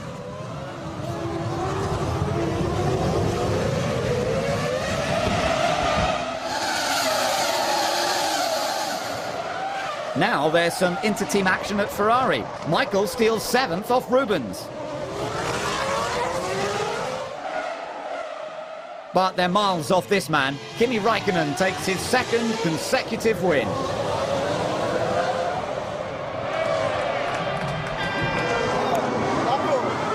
Alonso just about keeps it on track to stay 4th, but Michael doesn't want to stay put. He wins himself no fans trying to sneak past his brother for 6th. This man has plenty of fans. He's got diamonds in his helmet, and he's the winner at F1's Jewel in the Crown. While Nick Heidfeld is the star of the day for Williams. I'm very happy, I think so. In the end, this is the same race. You get 10 points from this race, but it's a special place, and everybody looks you maybe a slightly different way when you win in Monaco. And it's for sure we will have a good party today.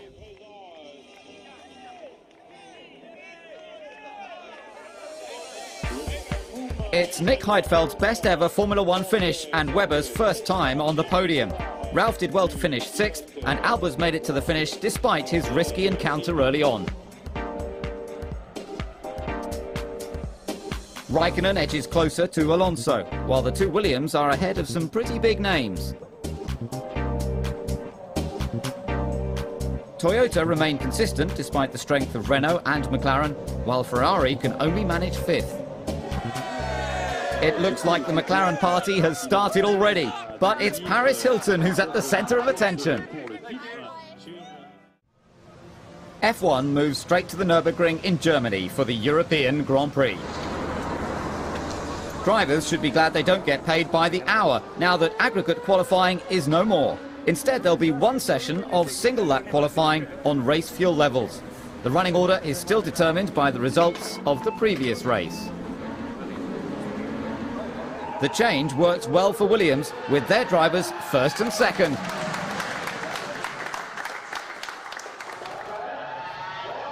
Until Kimi Räikkönen came out.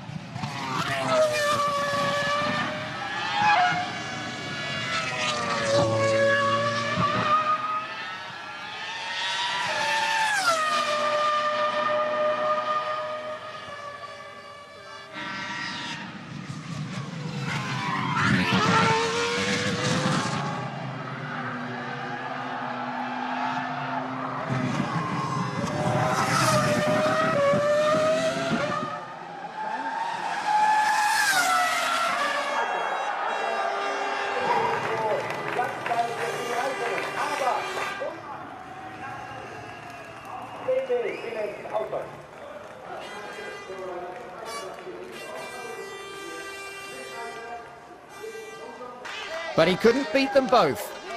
It is special. It's definitely fantastic having my first pole position in Formula 1, but to see on my home Grand Prix at Nürburgring is even more outstanding. But to be honest, I think I didn't yet realize, because I didn't expect to be there. I thought probably we could go on the second row. BAR returned to the grid after their two-race suspension, but Jenson Button could only manage 13th and his teammate 16th. Toyota have got problems firing up Trulli's engine, and the mechanics are still on the grid with 15 seconds to go. The engine noises are rising and the formation lap gets underway.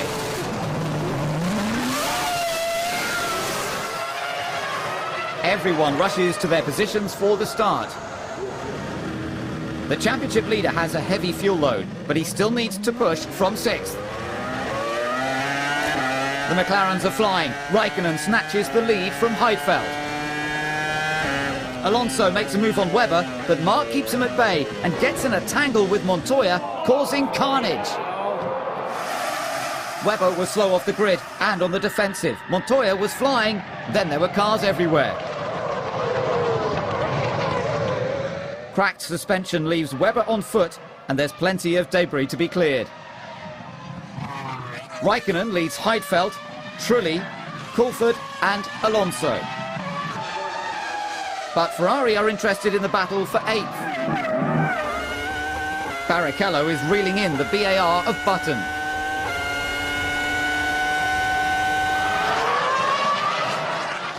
A little mistake and Jenson's right back at him. And Juan Pablo is waiting in the wings. Neither driver gives up.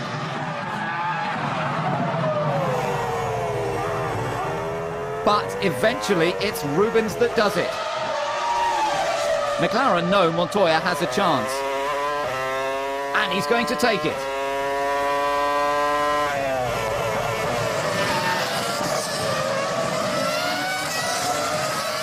Schumacher's Ferrari is lurking in the background, but squabbling over 10th is far from where Ferrari want to be. BAR looked quick in testing, but not so this weekend.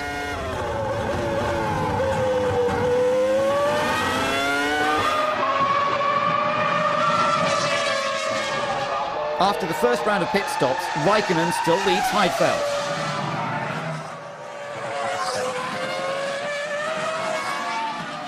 The gap looks small, but the Williams is 3 stopping. But the Nürburgring has never been kind to Ralph.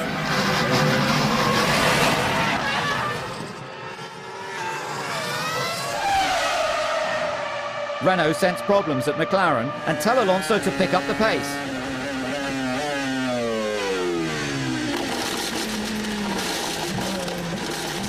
But he mustn't get carried away.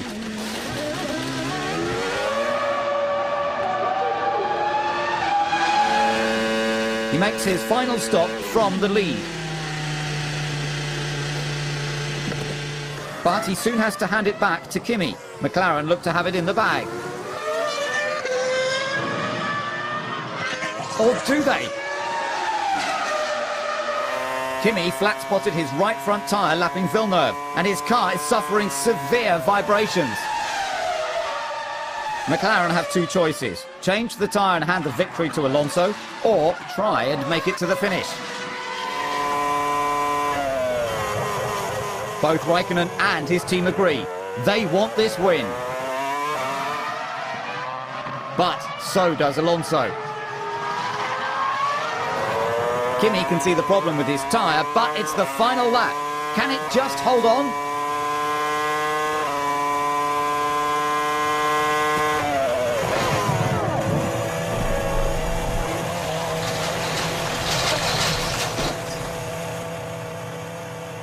A mere 4 kilometres from the flag makes it even more painful. The high levels of vibration damaged his suspension, and he narrowly missed Button. He was lucky not to sustain any injuries. As Kimi walks away from the wreckage, Fernando Alonso wins his 4th race of the year, thanks to strategy and a whole lot of luck. The hard work paid off for 3 stopping Heidfeld and Barrichello. Coulthard narrowly missed out on a podium thanks to a penalty and truly did well to fight back after his grid infringement. It's all smiles for Renault, but what about McLaren?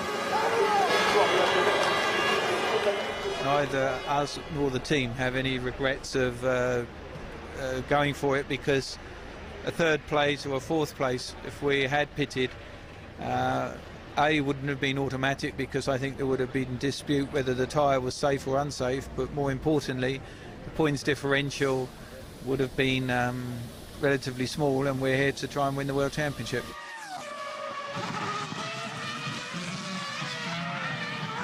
But championships can easily be lost in this way. While McLaren take every risk possible, it looks increasingly like this man could beat them to it. A short break from Europe brings F1 to Canada, a country synonymous with the name Villeneuve. With racing in his blood, Jack was always going to make headlines.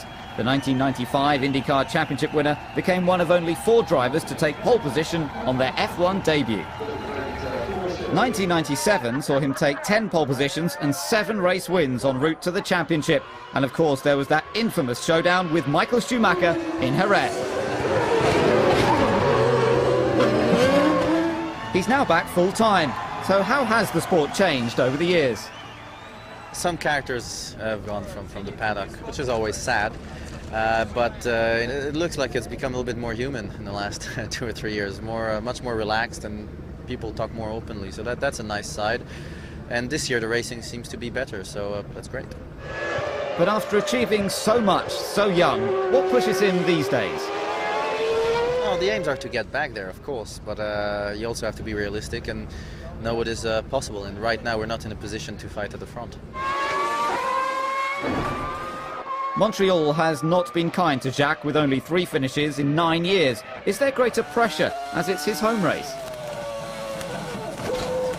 There's always a lot of pressure, of course, because this is my home race. But right now we don't have a competitive car, so there's very little we can do, and we know it from before the weekend, so the pressure is very low.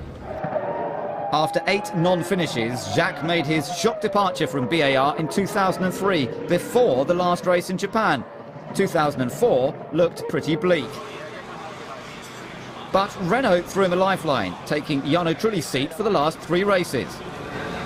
Oh, it was great. You know, it's much better to drive the race cars and race than to watch it on TV. Sauber signed him up on a 2-year contract from 2005, and in Imola the hard work paid off as he scored his first points for the team. It felt great because it was a fun race. It was a strong race from us. The qualifying was okay, and then the race was really strong, so it was a great feeling. But what about this weekend? Could anything make life easier? It would be nice to have a little bit of rain for once, because when you're running at the back of the grid, then rain cannot make it worse for you. It can only make it better.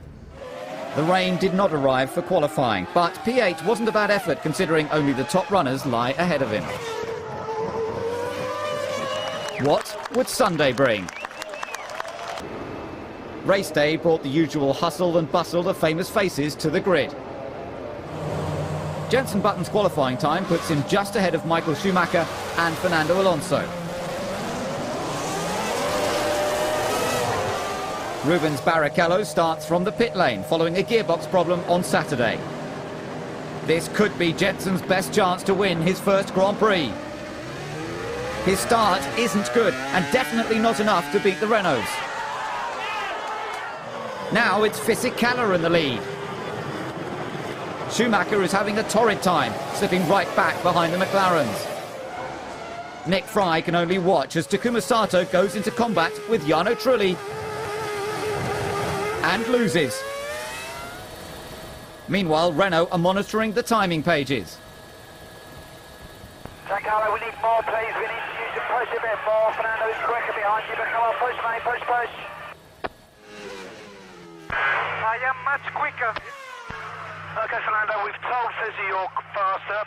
Maintain position at the moment, mate.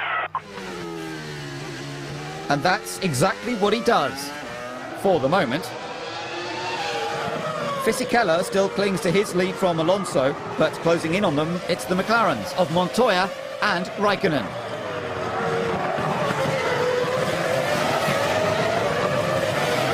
Back markers are playing their part.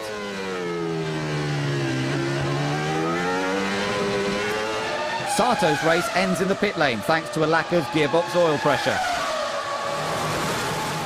While Fisichella makes a good stop from the lead. He's joined in the pit lane by third-placed Montoya. Juan Pablo gets the green light to go and charges after the Renault. Is it enough to get him ahead of Alonso and into second place? Well, it might have been.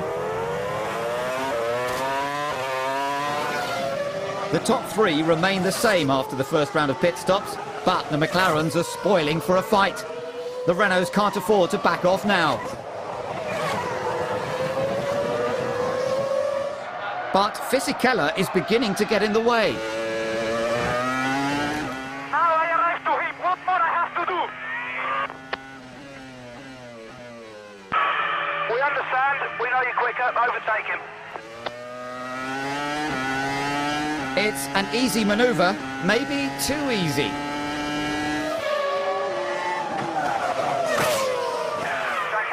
We're losing hydraulic pressure. Just be careful of your gear shifting.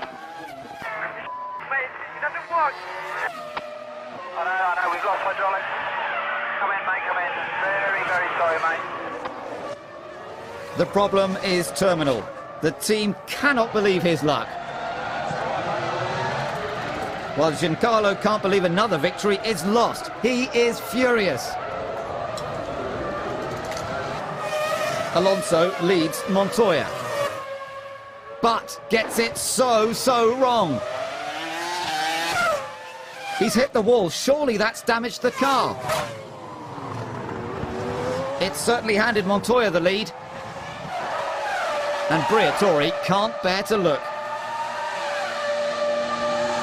The team prepare for Fernando, but will a new tyre be enough, or has he done more harm?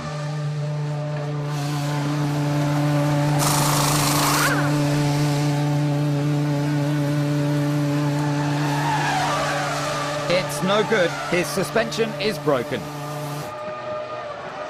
Game over.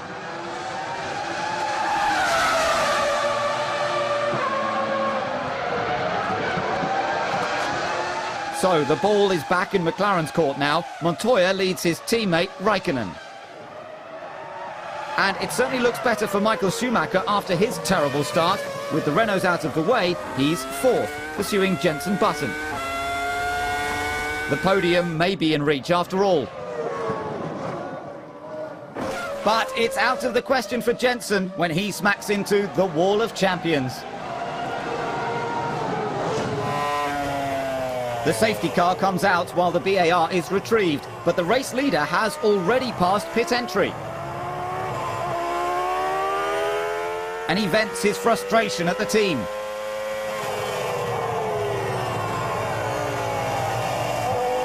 He'll have to do a complete lap before stopping.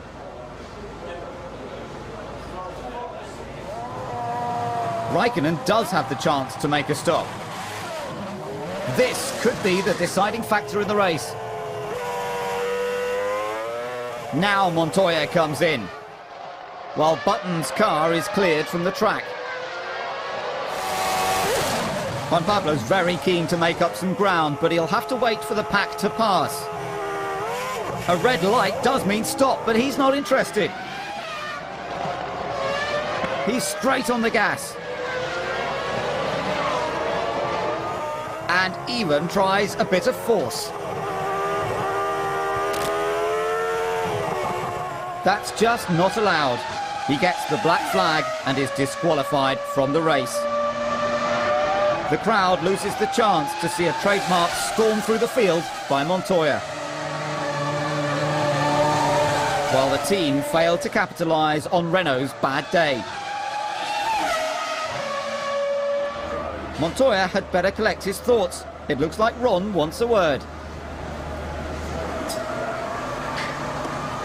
So, after 3 race leaders, Raikkonen takes his turn at the front, and Michael Schumacher is closing. Brake failure leaves third place Jarno Trulli walking home with only 8 laps remaining. Michael's closed the gap, but it's not enough to deprive Kimi Räikkönen of the win in Montreal. He kept his cool and watched as his challengers fell by the wayside, ensuring McLaren take a step closer to Renault in the Constructors' Championship. But Felipe Massa isn't quite done yet. He holds off Mark Webber for a well-deserved 4th. And he's delighted.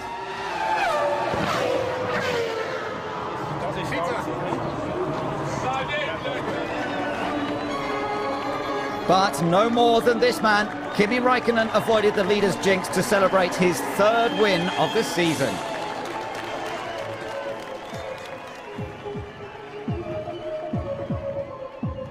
There was a high rate of attrition in Montreal. Rubens produced a storming drive to 3rd after starting in the pit lane. Ralph finished 6th ahead of the 2 Red Bull cars and local favourite Jacques Villeneuve. And Montoya's misdemeanour?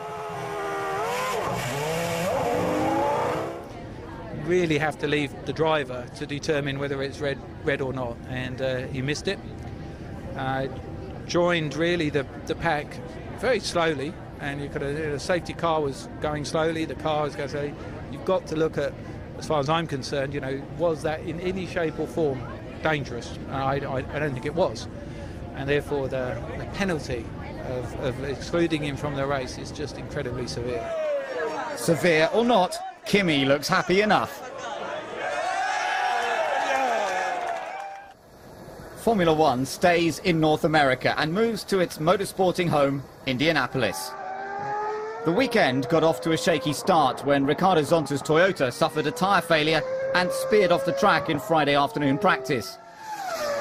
Minutes later,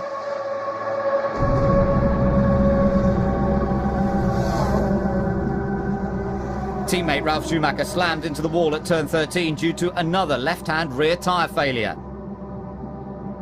The incident was almost identical to the one he had last year that kept him out for 6 races.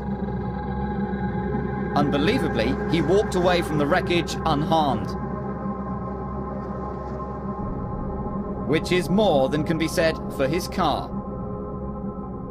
It looked as though the incidents were not due to driver error. There had been an unexplained drop in pressure on the Michelin tyres. Could they withstand the pressure, particularly through the recently resurfaced famous banked oval, the fastest part of the track?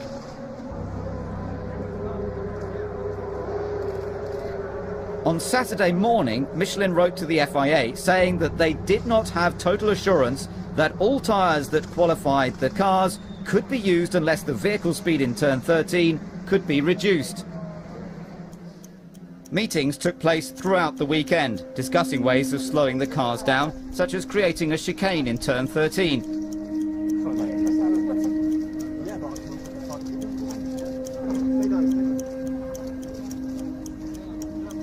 Hi Jensen, are you driving this afternoon? Time is ticking by, and no such undertaking has been received to resolve the problem in turn 13.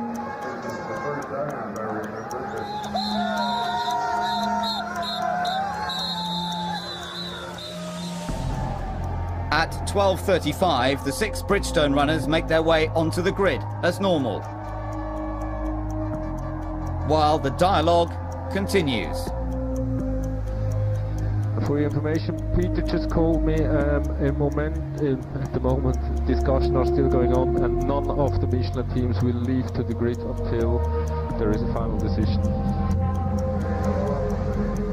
12:39 and they remain in the garage. Will they race under speed restrictions? A chicane? Eventually, the Michelin runners make their way onto the grid.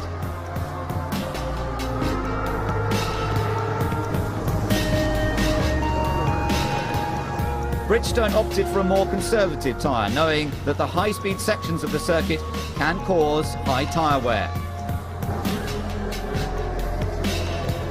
With less than 20 minutes to the formation lap, at least they've made it.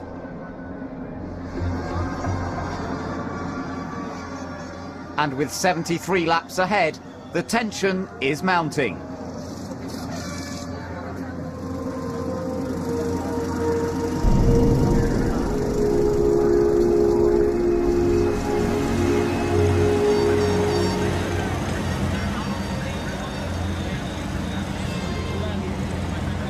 The drivers are always geared up for racing.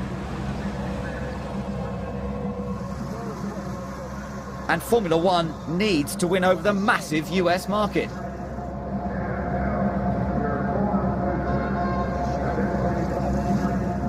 (12:56), and it looks like the decision has been made. Now it's time for the racing to begin. Toyota's first pole position comes courtesy of Trulli. With Raikkonen next to him, there could be quite an interesting outcome.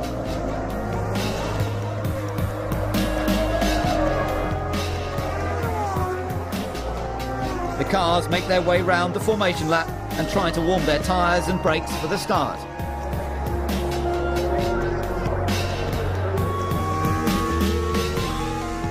But no, Schumacher continues round, but Alonso's taken to the pit lane.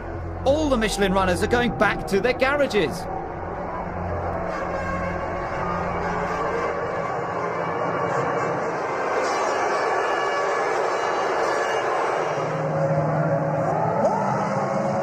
Two Ferraris, two Jordans and two Minardis.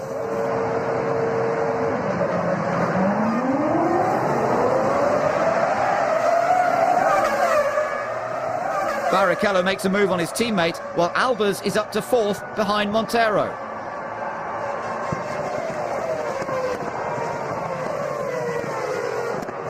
Meanwhile, the Michelin runners just stand back and watch.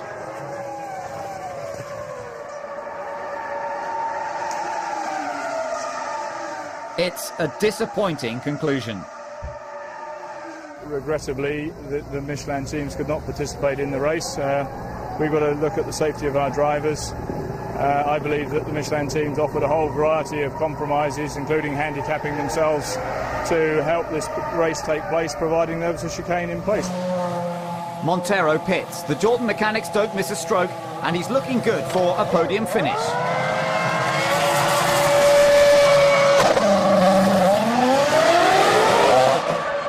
It should be a good haul of points for Minardi as well. Christian Albers is fifth, ahead of his teammate, Patrick Friesacker.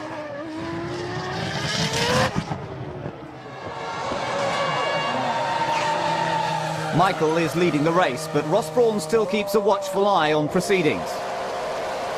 Everything looks okay. But he's got a battle on his hands. Barrichello has already stopped. And it's Rubens who has to take evasive action.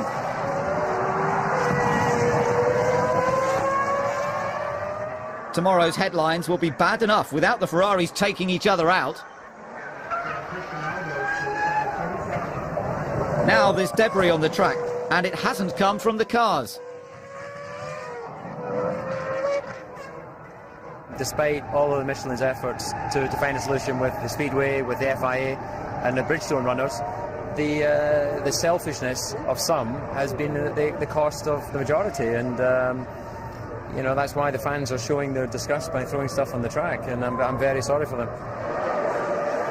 Others mark their anger by leaving the circuit early. Karthikeyan fans have finally got something to smile about. India's finest looks good for fourth.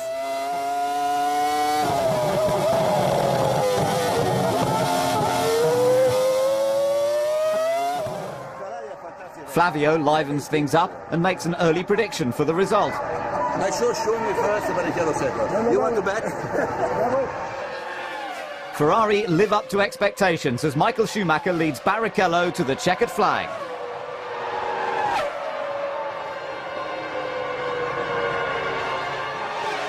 Followed by the two Jordans.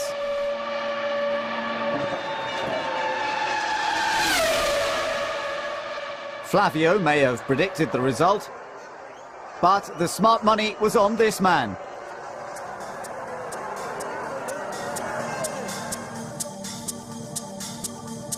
All 6 cars finished. It's Michael's first win of the year. Monteiro takes the first Portuguese podium in F1, while Karthikeyan scores the first points for an Indian driver. But what about Ferrari's standpoint? I tell you one story, not so long ago. In Monza we had the death of a marshal, and all of us drivers agreed we would want, for the first 2 chicanes, yellow flags. And there was no less than 2 or 3 team owners which told their drivers, you would not respect the yellow flag. Just ignore what you have maybe said or not said. We want you to race, and we force you to race. And it's the same people that have been today on the other side. So Formula One is a tough business. We're working very hard, and as I mentioned before, we have had a tire which is quicker. We didn't use that because of we knew what is going to face us here. I'm not saying that the others purposely choose something wrong, but whatever it is their problem, not our problem. And I don't think you can ask the people who are not responsible for to take the responsibility. Michael leaps right up to 3rd thanks to the tyre debacle. Monteiro makes a giant step up with his podium result. Ferrari are back on equal terms with McLaren. Minardi and Jordan score some much-needed points, leaving only BAR on the starting blocks. The return to Europe allowed for some clarification of recent events. The fact is that if you're the sporting body, you must follow the rules, and you mustn't do anything that could put the whole of your organisation, the International Federation, in jeopardy because you failed to follow your own procedures, change the circuit. Something goes wrong, American judge wouldn't listen to the teams wanted to chicane. He'd say, Mr. Mosley, you're in charge, you should not have allowed it to happen. Well, we didn't allow it to happen, and we all know the consequences, but it is unfortunate. Michelin announced their intention to refund those fans who attended the US Grand Prix, and that they would purchase 20,000 tickets to give away free for next year's event.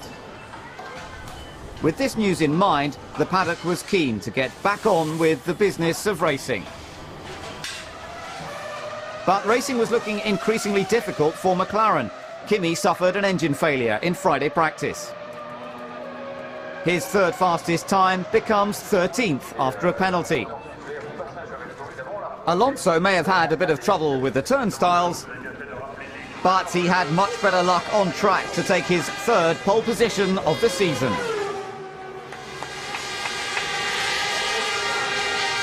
The Renault flags are flying high for the French Grand Prix, and with Alonso on pole, there's plenty to smile about. His title fight could be helped with Kimi back in 13th. But both drivers are on a mission to emulate 4 times world champion Alain Prost.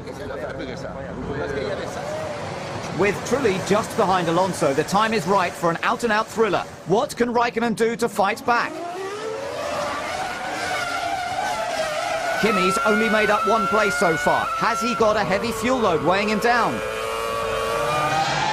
Christian Horner feels the burden when a loss of fuel pressure forces Klian to retire on lap 2.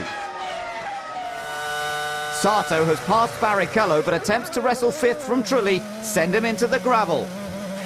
And back down to 10th.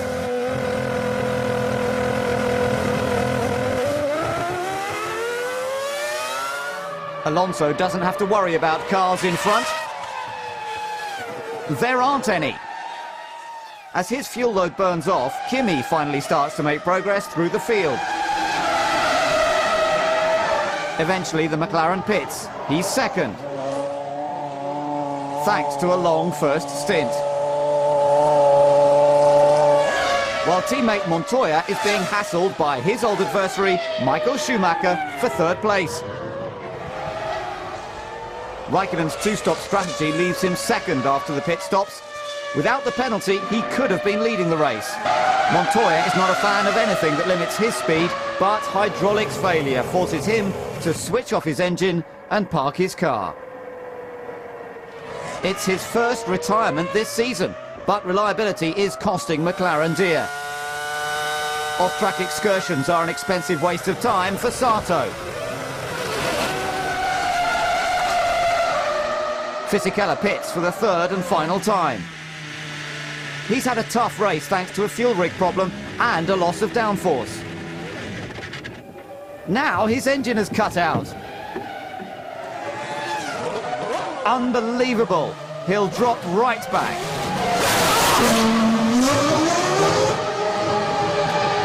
Button won't be complaining though. He's now fourth at Fisichella's expense and looking likely to open BAR's points account for the year. Collecting points is something Renault have had plenty of practice at this season.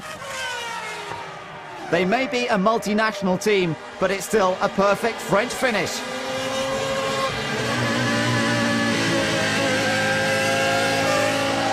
Alonso takes his fifth win of the season in a French car on French tyres.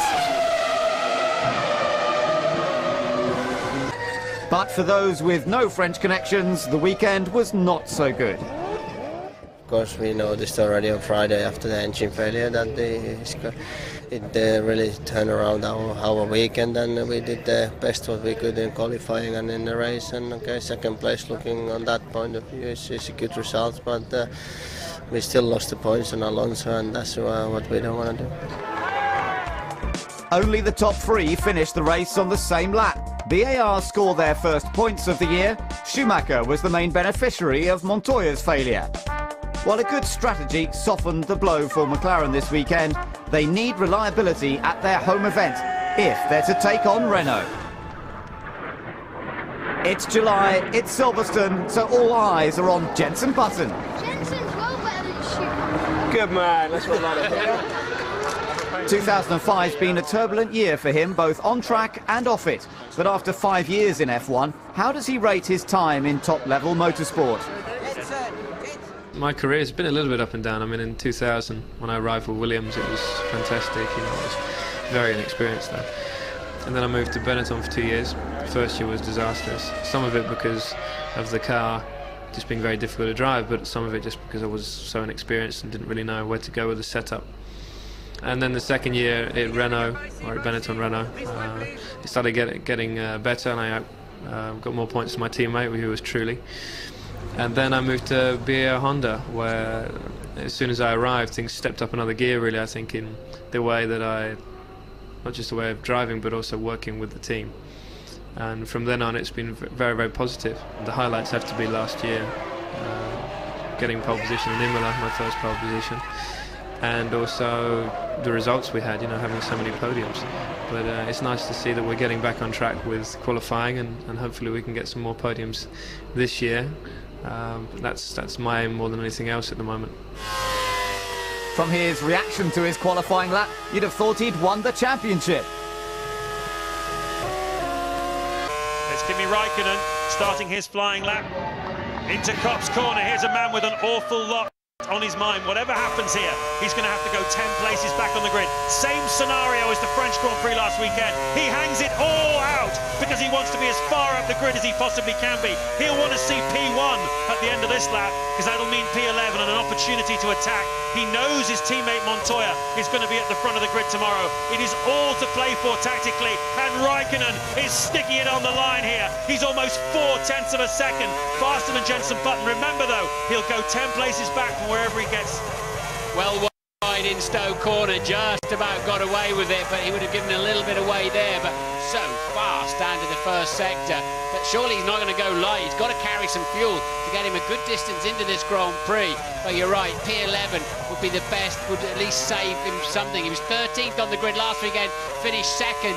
If he can get up to 11, he's got a half a chance still of winning the Grand Prix. Different line altogether to Button through the final part of the complex, but still a third of a second up. This is to put pressure on Alonso, who's now warming up for his flying lap. He'll be the last man to go. He'll be told what Raikkonen's done. He wants to put as much pressure as he possibly can on him to remind him he'll come through the field tomorrow. This has been a special one from Kimi Räikkönen. He goes across the line just under 0.3 of a second ahead of Jenson Button, and Ron Dennis loves it. Now, last weekend, Martin, remember in France, he was right at the front of the grid, and it turned out he went 9 laps longer in the race than the guys he was racing against. So quick was he in qualifying. It really was an amazing effort. With Raikkonen receiving a penalty for changing his engine again on Saturday morning, Jenson will start his home Grand Prix in 2nd place.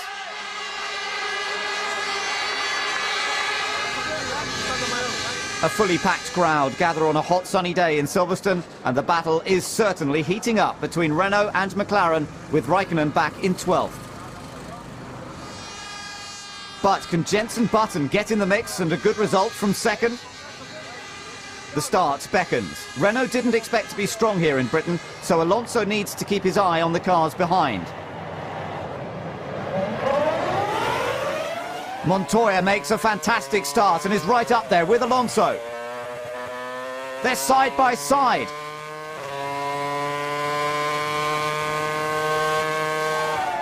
But Alonso plays safe, and it's Montoya that snatches the lead. Button falls to 3rd with Barrichello 4th. A wrong button for Sato leaves him stranded on the grid and brings out the safety car.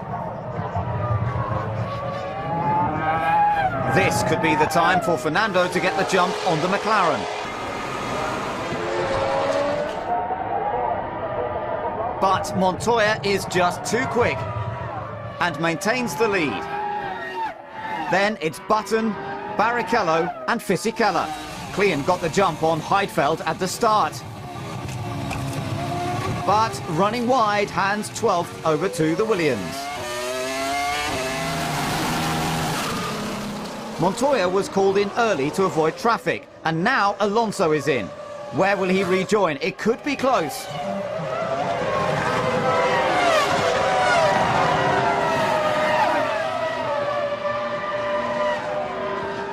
Montoya makes his point. Alonso isn't far behind, but neither is Raikkonen.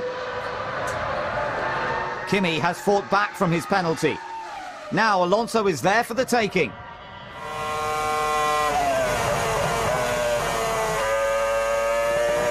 But Renault don't have to worry too much, as he's yet to make a pit stop.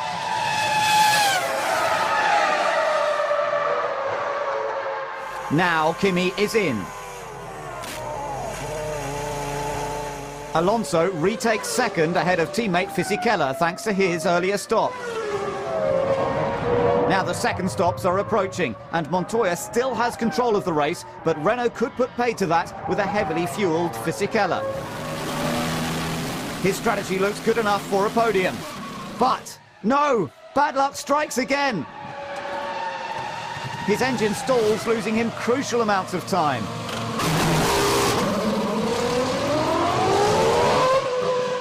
All that hard work is wasted. And he rejoins behind Raikkonen.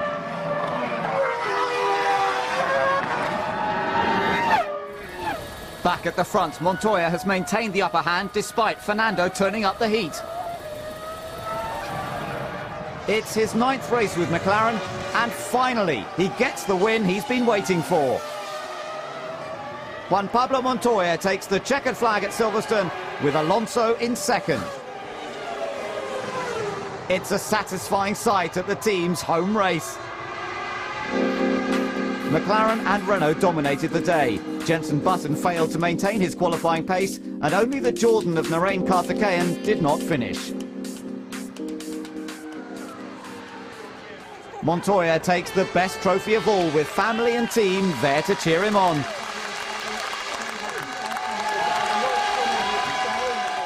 I think it's a great race. You know, it's the home race for the team, and it's just amazing. I know how many fans and how many guys in my team wanted for me to do this, and it's great. You know, I'm just so pleased.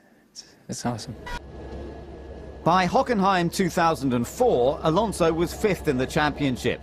McLaren definitely set the benchmark in qualifying. Kimi took provisional pole ahead of Button and Alonso. It was looking good for an all-McLaren front row.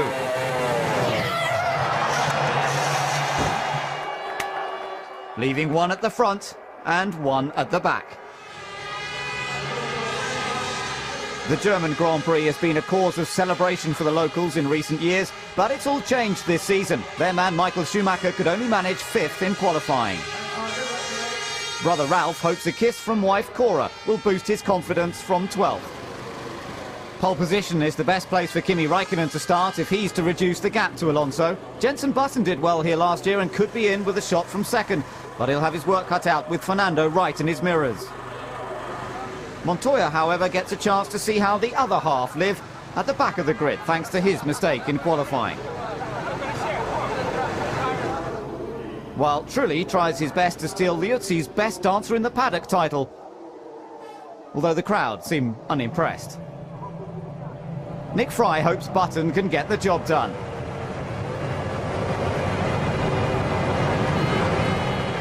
The lights are out and he's swamped by Alonso and Schumacher. They're into turn 1 and there's cars all over the place.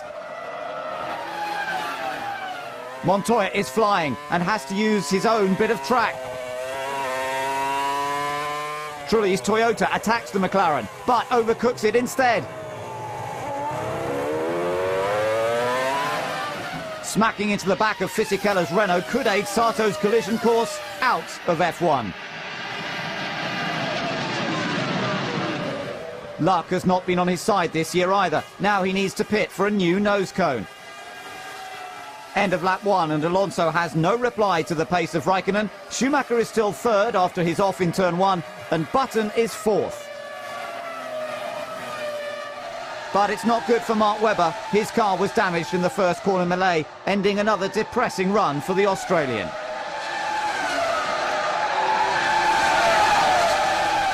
The Saubers are providing the action. Massa has a look at Fisichella while Villeneuve takes a slice out of Barrichello.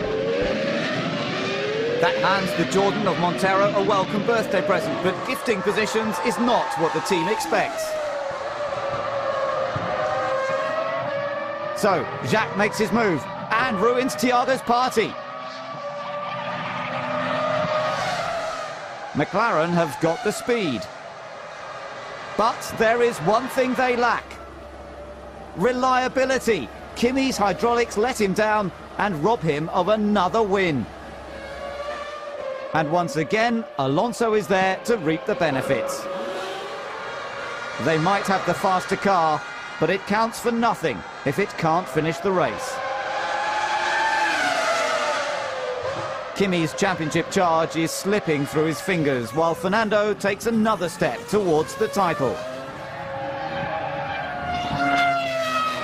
And it helps put Button in a podium position. But he'd better watch out. Juan Pablo Montoya is lurking in the background. Jenson keeps his eye on Schumacher in front to secure 2nd at Ferrari's expense.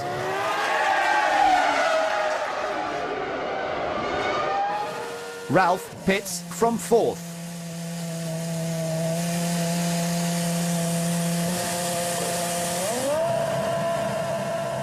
It was a good stop that gets him out behind Fisichella, but ahead of Coulthard. Montoya was on a heavier fuel load than his teammate thanks to his back-of-the-grid starting position. But the strategy has paid off as he's up to 2nd ahead of Button. Fisichella is on the prowl and it's Michael Schumacher under threat.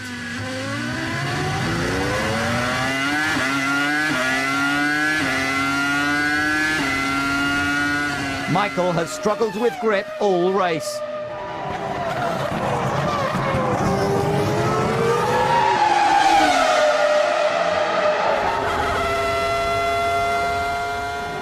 And now a fuel feed problem helps Fisichella nip past for 4th. Renault can't believe he's still going. He's had brake problems since Sato's accident. And if they weren't happy enough, Fernando Alonso takes the final corner to win the German Grand Prix.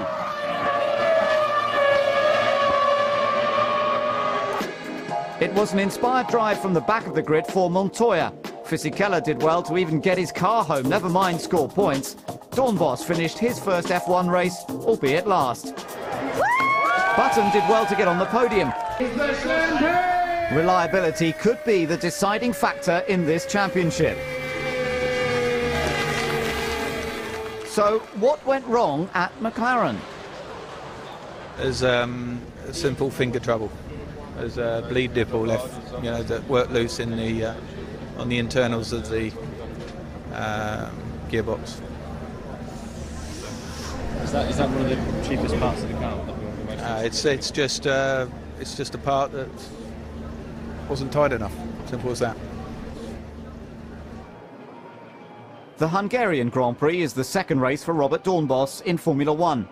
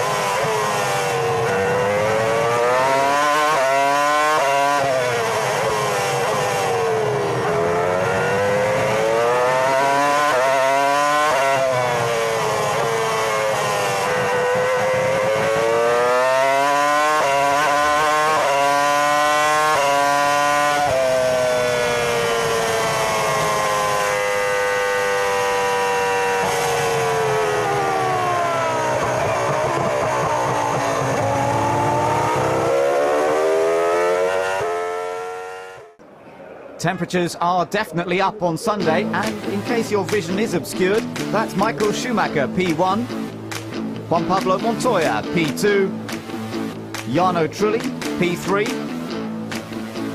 and Kimi Räikkönen, P4. The Hungarian Grand Prix is popular with the Finns, and former world champion Mika Häkkinen is one of the most famous.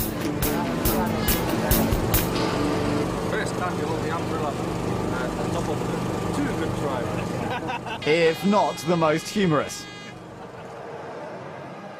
It's Michael's first pole of the season, and he leads into the most dramatic first corner of the year.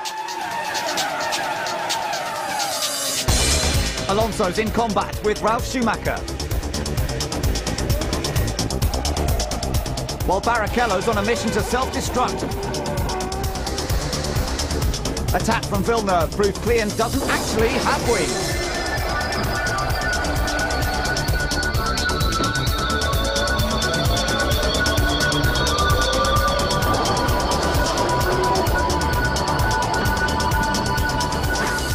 Alonso's about to lose his front wing. But not everyone sees the debris. DC's lucky to escape unscathed.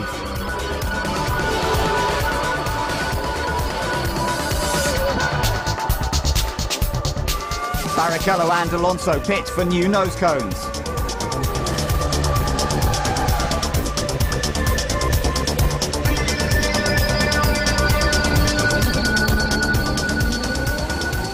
Rubens gets out first.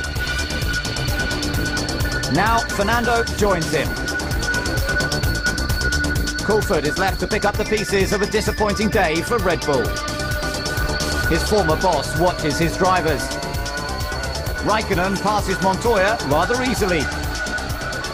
Ferrari will have their work cut out, keeping Michael ahead of Kimi and Juan Pablo. Alonso won his first race here in 2003, but there's no hope this year. He's struggling with back markers. Barrichello's having just as much trouble.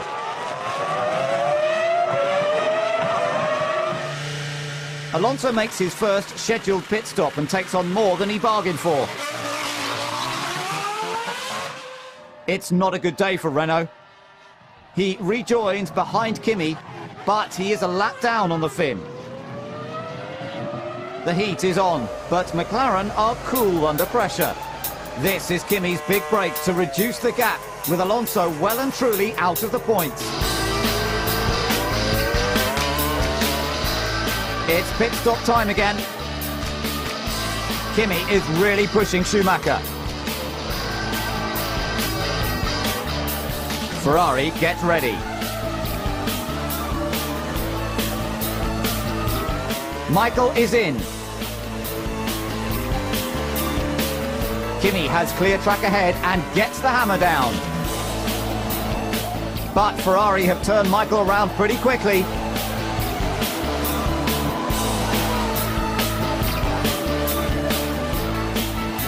Now Kimi stops. Has he done enough?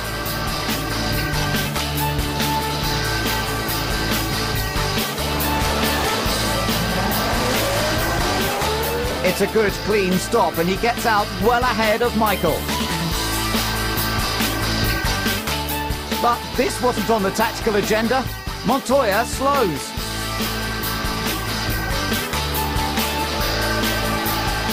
He's out of the race thanks to drive shaft failure.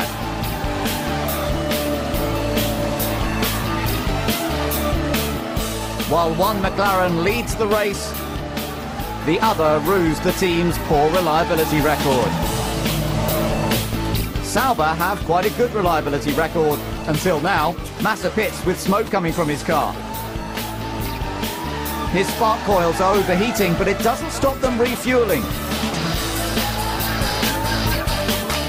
The team do what they can, but it isn't what they want to impress their new owners for 2006, BMW. Teammate Villeneuve is not as lucky. The same problem damaged other components, but he's got further to walk.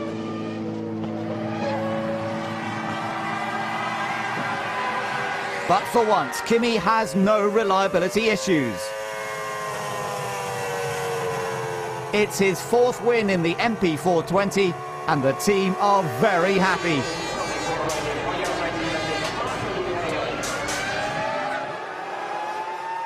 Schumacher makes the podium for only the 5th time this season, with brother Ralf taking his first of the year. But Fernando has little to celebrate. It's the first time he's finished a race outside the points in 2005. Trulli was happy with fourth after the first lap incident. Poor tyre choice made life difficult for Button, while Heidfeld and Webber finished fifth and sixth. But Kimi is glad to be back after his non-finish in Germany. It feels good, of course, and the best way to go for holiday, so I'm not complaining. Kimi has cut the gap to Fernando. Trulli moves back up to fourth, and teammate Ralph is now sixth. Renault are out of the top 8 in Budapest, so McLaren are only 12 points behind. Ferrari remain third ahead of Toyota. Asia in the east and Europe in the west.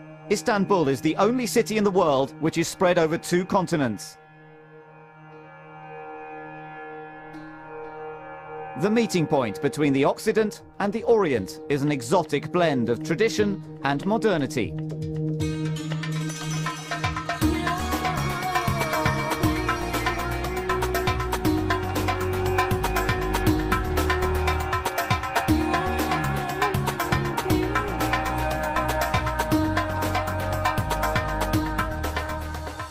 Really fantastic. You can see everything in one track. You can see Suzuka, you can see Spa. Could be my favorite track in Formula 1. Welcome to Turkey! Kimi Räikkönen is the final man out on track for qualifying at the Istanbul Park. See the circuit for the very first time from his perspective.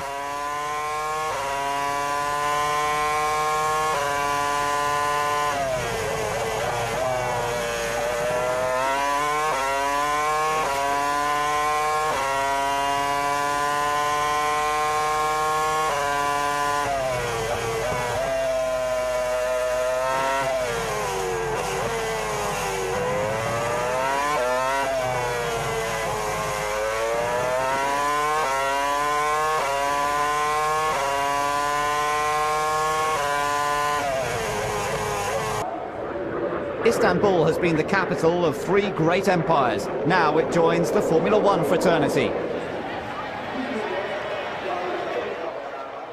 Kimi Räikkönen will lead the field from the grid, followed by Giancarlo Fisichella. Then Fernando Alonso, and completing the Renault and McLaren lineup, it's Juan Pablo Montoya. Expectations are high. The circuit has the potential to provide some excellent racing. For the first time in Turkey, they're off. Räikkönen surrounded by the Renaults, and Fisi does it. Massa's got problems at the back, and Michael can do nothing to avoid the flyaway front wing. The championship battle takes to the track, but Fernando can't make the move stick.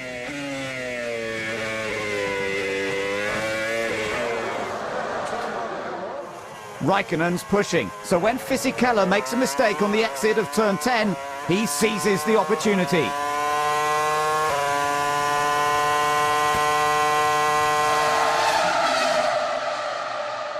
Now both Renaults are going for it. The McLaren is engulfed.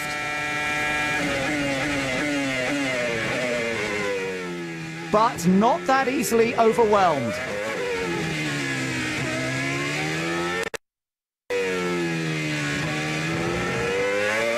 Alonso rarely misses a gear.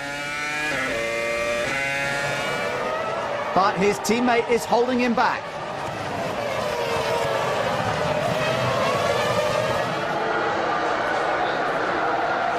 Fernando, you're faster than Fizzy, overtake him.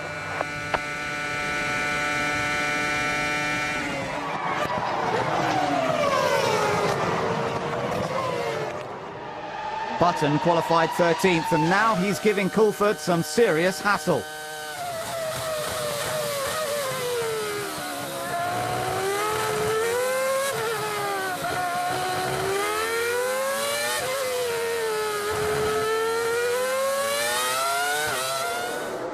Down the start-finish straight, Button completes the move.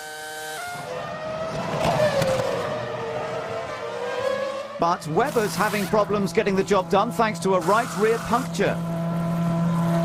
Sam Michael gives him the once-over, and he's back in the hunt. Now Button disposes of Klean's Red Bull with ease. Webber's back in the race and wants to unlap himself from Schumacher's Ferrari. Big mistake.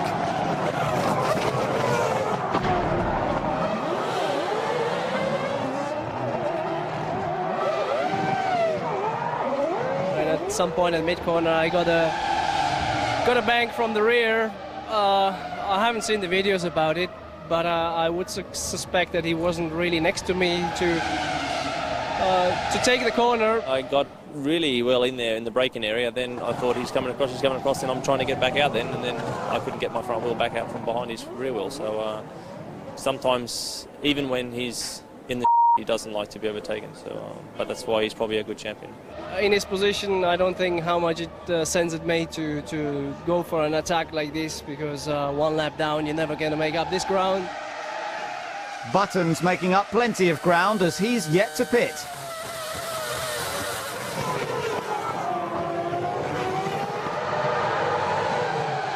Now he's in.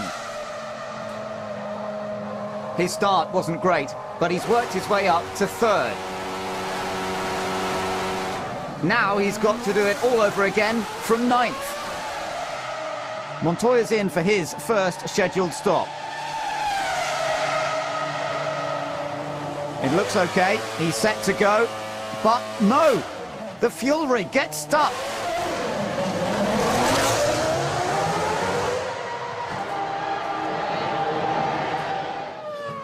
It's a disastrous day for Williams. 2 punctures for Webber, his collision with Schumacher, and now Heidfeld suffers a right rear tyre failure.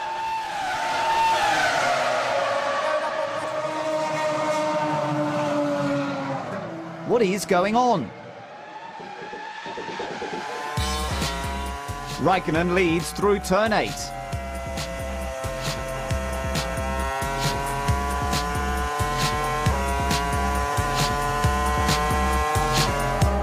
Kimi has Montoya between himself and Fernando.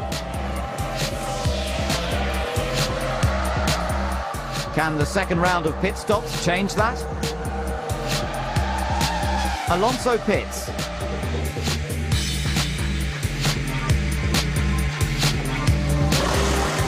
But there's more trouble with back markers. Montero and Montoya get in a tangle. The McLaren rejoins and the car seems okay.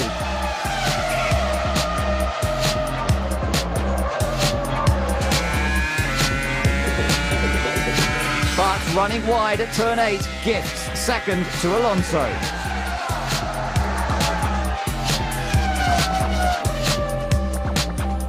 It's a good result, but it should have been better. Kimi delights the crowds to claim the first victory in Turkey.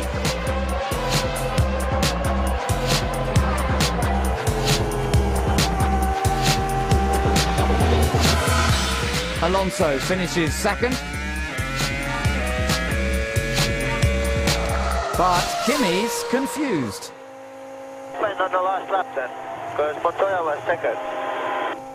Yes, Kimi, he was. He was struggling with a flat-spotted tyre and it got away from him, and Alonso was able to take the place. Yeah, it's pretty tough race, you know. The pits, they lifted the lollipop and suddenly they dropped it back at the end. I think it was good that I didn't took my hand off the clutch. I managed to bring it back in straight away. And then, you know, I was just cruising to the end. And then I passed Montero on the straight, got in front of him, braked, and he just ran in the back of me. You know, those guys, they never look. Montoya passes me and he just comes back in front of me on the braking zone. We talked so many times about not moving on the braking zone, and the first thing he does, at two laps to the end, while he's fighting for second place, he just puts it in front of me. But it was on the next lap that Alonso took advantage. The finishing order was different to the grid, but Renault and McLaren still occupy the top 4 places. Button finished 5th, while Dornbos gets his best result so far. Kimi has taken 2 points out of Alonso's lead, and the McLaren is looking increasingly like the car to beat. The Italian Grand Prix would have been Nick Heidfeld's 100th F1 race had it not been for a testing accident the week before. He will be replaced by Williams test driver Antonio Pizzonia. And they say it's different from all the failures he's had before. But Martin, what about his strategy? Because on paper, one stop is quicker around here, but I don't think he can afford to do that. He needs to be 11th, 12th, somewhere like that on the grid. Yeah, I don't think he'll be able to overtake cars fast enough if he loads himself up with fuel. So I would imagine he'll try and go as fast as he can, minimise the pain of the 10th-place drop, and then race them. I'm expecting this to be a high 1:20. I think he's the one who can break into the 120s. He's got to be a lot of anger going on in this cockpit. It's an identical situation to Magny-Cours and to Silverstone, back-to-back races in July where he had an engine penalty in qualifying. On both occasions he came through to finish on the podium. Here he has to come through tomorrow to win this Grand Prix. Reliability has been the problem for him this season. On half of the Grand Prix his weekend has been compromised by something going wrong on the car. He's on target to break into the 120s. Raikkonen is on the rampage. He was brilliant through the Lesmo. I have to say, the driving this afternoon has been breathtaking all the way through. But Raikkonen just brushing the gravel out of the way with the sidewall of the tyre. He gets it in very early, but the back end's trying to step out. That cost him a little bit of time. He had a couple of tenths in hand. Was it enough? Over the line he goes. He is fastest. He's lost a fraction of it, but he's still got enough. He will start then P11, and it is, well, what else can he do? That's the best he can achieve, isn't it? And a 1-2 from McLaren, but it was an inlet valve, is my understanding of what failed on his engine this morning. But another engine change for Kimi Räikkönen on Saturday means he will relinquish pole with yet another 10-place penalty.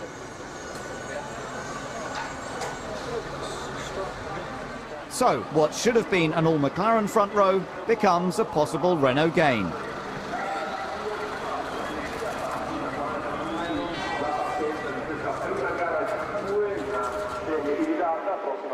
The fastest circuit on the calendar is home to Ferrari and their devoted fans, the Tifosi.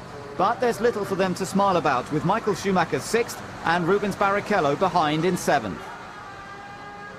With its long straights and tight corners, the circuit is a challenge for the most powerful and reliable engines. Kimi's penalty elevated Alonso and Button, but they can do nothing about Montoya ahead.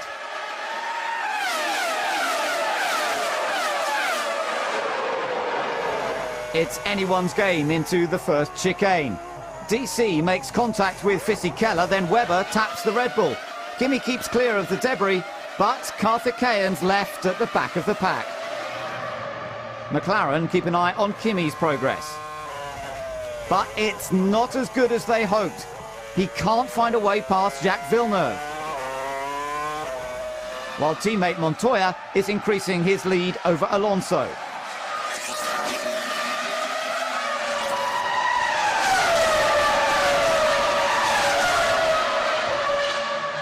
Fernando is in for his first stop from 2nd.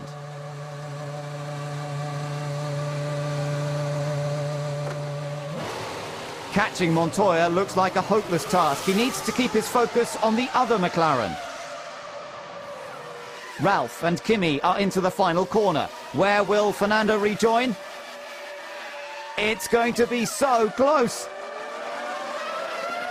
He's behind Ralph, but crucially ahead of Raikkonen. Kimi is lighter on fuel and yet to make a stop. Alonso knows this and doesn't go defensive.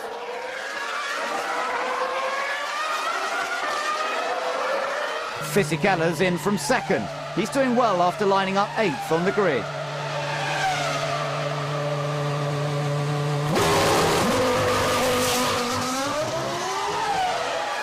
But Ferrari are having a bad day. Rubens got the jump on Michael at the start.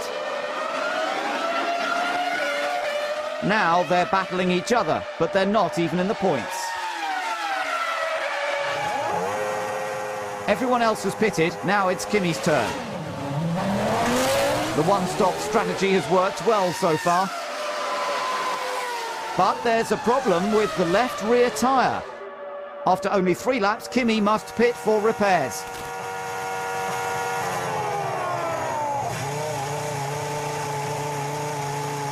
The damaged tyre is replaced and Kimi can rejoin the race, but his championship charge looks to be in the same state as his tyres.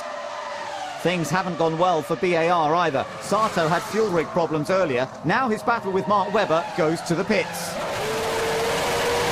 The Williams is rather keen to get away, leaving the lollipop man wondering why he bothers. They're side by side in the pit lane. Who gets it?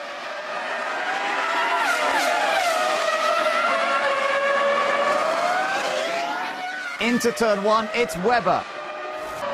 But Kimi is a fighter, and there's more points up for grabs.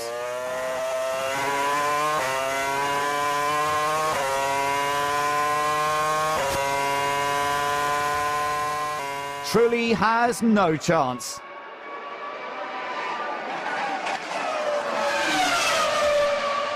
But there are concerned looks at Michelin. And here's why. Montoya has the same problem with his left rear tyre as Kimi. The race leader is struggling with grip. Will he pit and hand the win to Alonso, or can he make it to the end of the race? Surely memories of Kimi's last lap failure at the Nürburgring can't be far away. They can't be far away for Flavio. Another race win could be on the cards. But not today. Montoya won his first F1 race here in 2001, and now he's led every lap of this one to win the Italian Grand Prix again.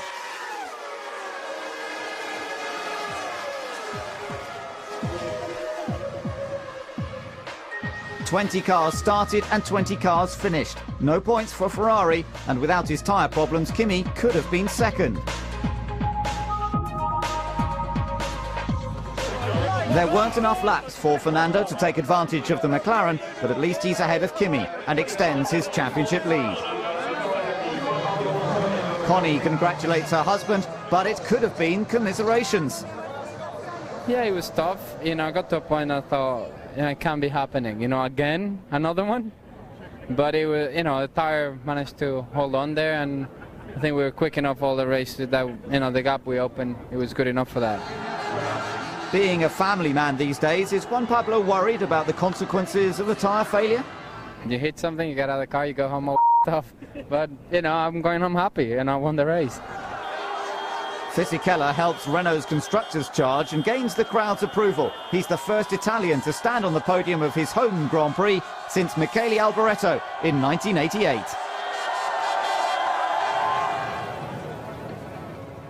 The historic Belgian Grand Prix at Spa follows straight after Monza. The final round of the European season brings the news that Red Bull Racing have purchased 100% of the shares in Minardi.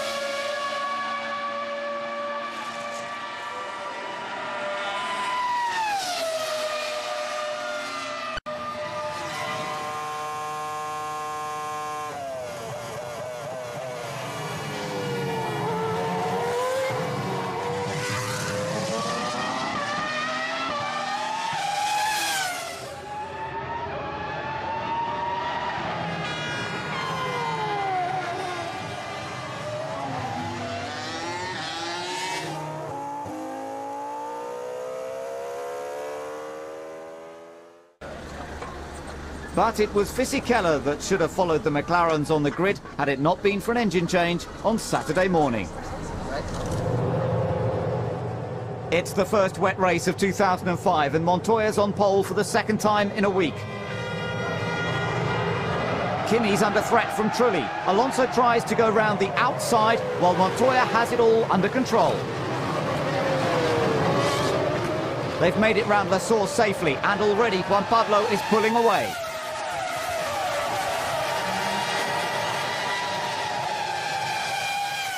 Then it's Raikkonen, Trulli and Alonso.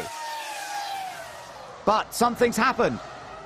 Fisichella's had a massive shunt at Eau Rouge.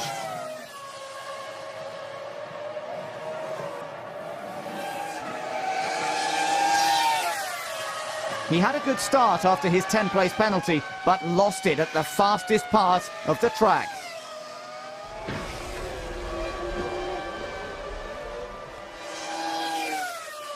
He's fine, but his race is well and truly over. The safety car means pit stops. McLaren prepare for both drivers.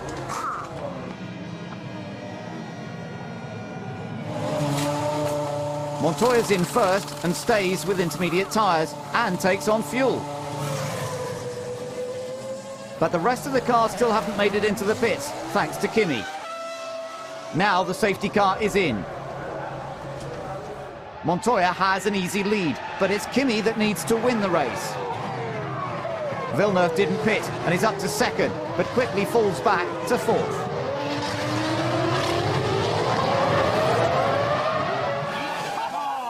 Things have gone from bad to worse at Ferrari. Schumacher's locked in an unfortunate embrace with Sato's BAR.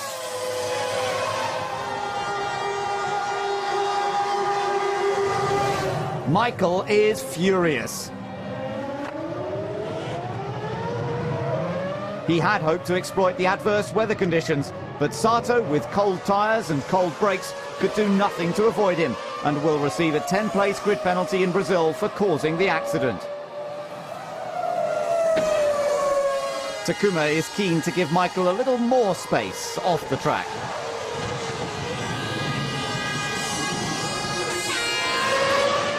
Two former teammates are going into combat. Villeneuve versus Button. But Jensen has the measure of Jacques. Toyota have got problems though. Ralph made the change to dry tyres too soon, and this was the result.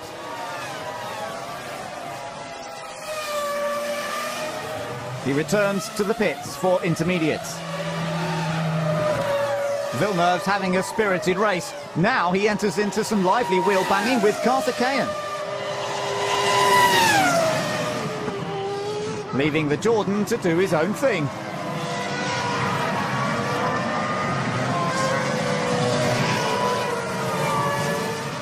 Montoya leads his teammate.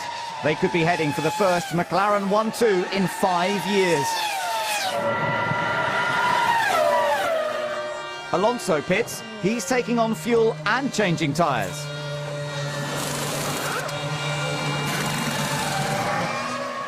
While Kimi is stuck in traffic and losing time. He's kept on pushing, and now he pits. His tyres are almost slicks.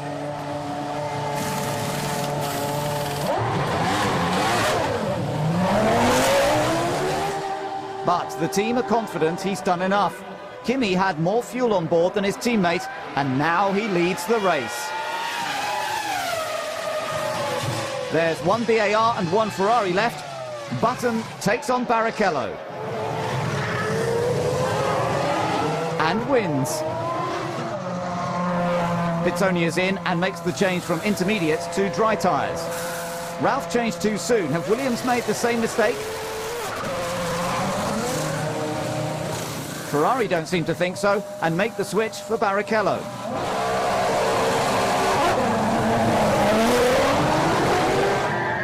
Renault couldn't decide whether to lose time changing to dry tyres, but the pace of Klian's Red Bull suggests they should have.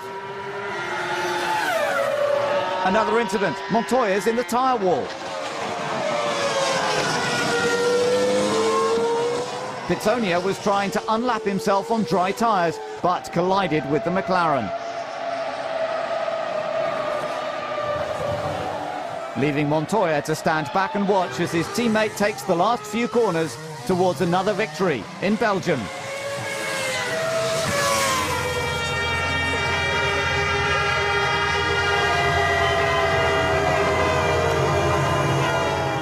With Alonso second, the championship is not quite over. Not just yet, anyway.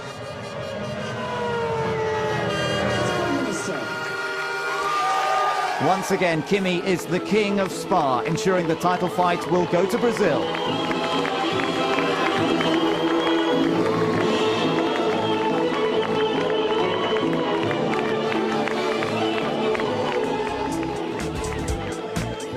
Button was third, Villeneuve sixth. Montero rounds off the top 8, while Red Bull get their first engine failure of 2005 for Coulthard. But there were no points for Montoya or Pitsonia.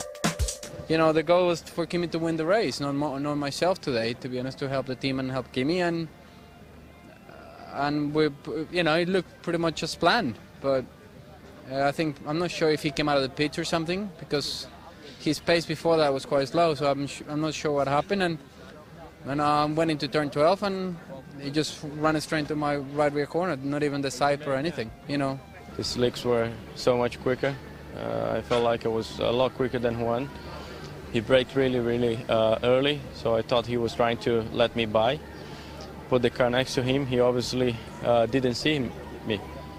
I tried to stop the car, but unfortunately I couldn't avoid the crash.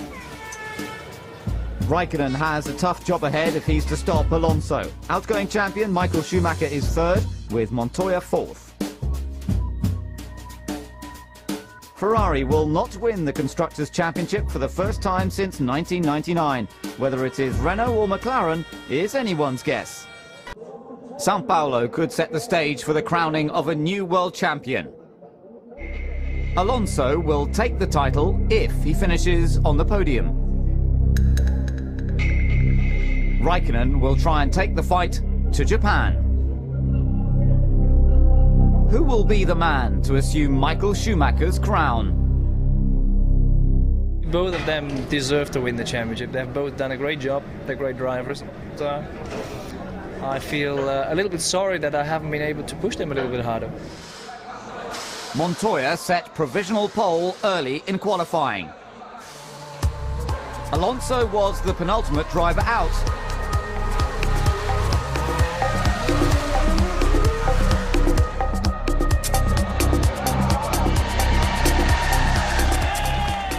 And he went quicker. But what about Kimi? The last man out made an early mistake. 0.7 of a second is the difference between the front row and the third.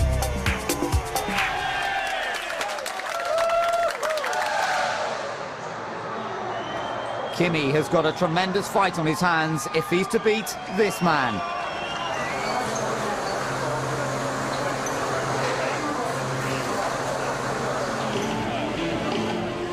The top South American driver in Sao Paulo is second-placed Montoya. He could be the man to spoil Alonso's party. But Fisichella is just behind in third and has a crucial role to play. Kimi has it all to do from fifth. He needs to win. The lights are out and Raikkonen easily disposes of Jenson Button. He's quickly on Fisichella's tail.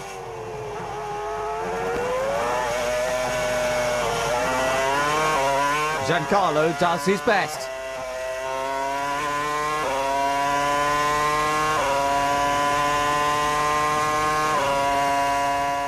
But Kimi's all over him.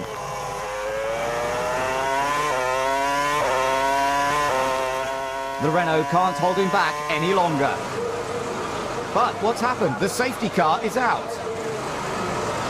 Pitsonia's getting out of a badly damaged car. Antonio headed straight for the space in front, but was hit by a charging Coulthard and speared into his teammate Webber.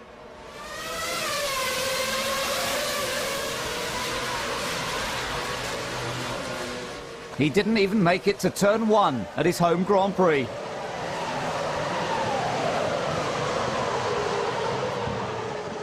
It marks the end of a disastrous weekend for Coulford.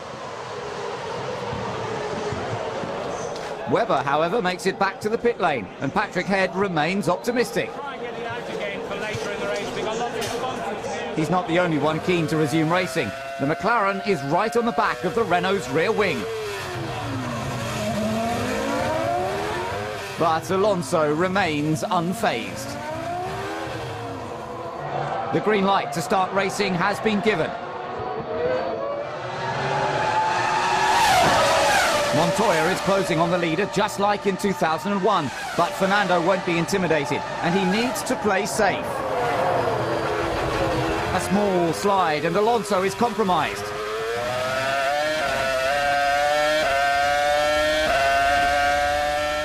Montoya seizes the moment.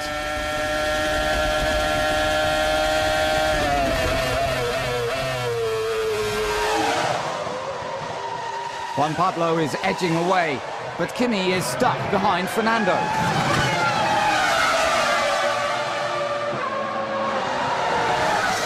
Renault hope to fight the McLarens, but it's becoming clear that they can't keep up with their pace.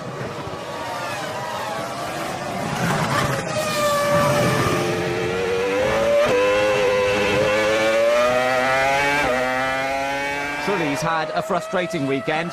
An engine change on Saturday, a near miss with Pizzoni at the start, and only now he manages to overtake Karthikeyan for 12th. The pit stops have started, and Fernando is in.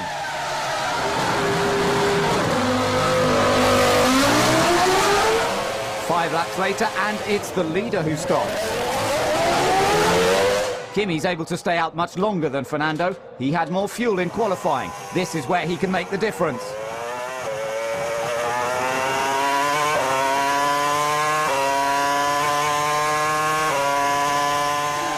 Now it's time for Raikkonen's pit stop.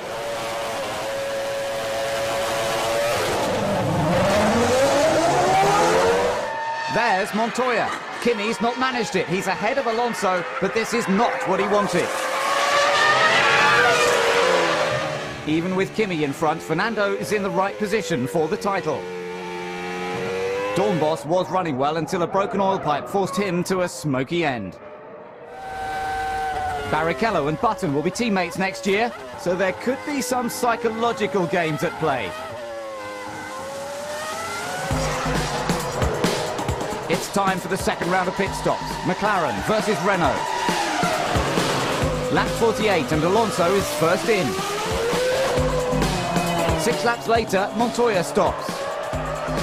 Once again, Kimi stays out longer.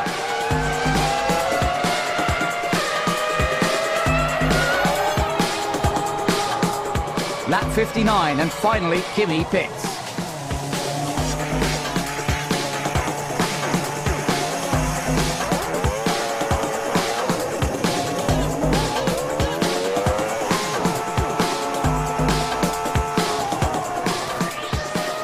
There's nothing in it. But Juan Pablo's middle stint was too good. The win could have been there for Raikkonen, but it just wasn't meant to be. For the second year running, Montoya wins in Sao Paulo. But McLaren's first 1-2 since Austria 2000 pales into insignificance in the light of this man's achievement.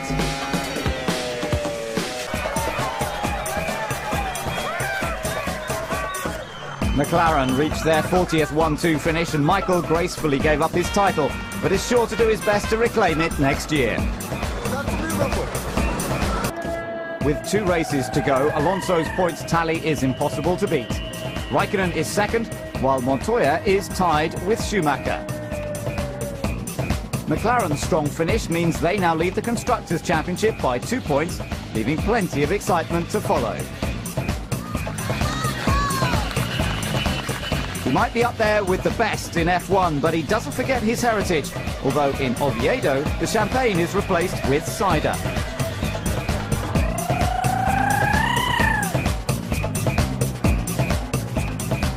All eyes are on the new champion. But it must be difficult for Kimi to stand on the podium knowing he came so close. Of course we're disappointed not to win it, but we knew that already quite many races to go, that we need so much luck to win it, and the luck hasn't been really on our side this year. So if it would be closer, then yes, but now we knew it before, so okay, it's not nice to lose it, but he deserves it. So. After the partying in Brazil, F1 moves east to Japan.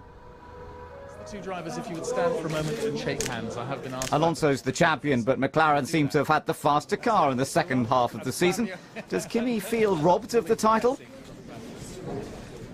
It's always easy to think that way, but the fact is that we were not consistent enough. We had too many problems with the car, so that's why we didn't win the championship maybe. But okay, we have a quick car, and hopefully next year we can challenge for the championship and try to win more races.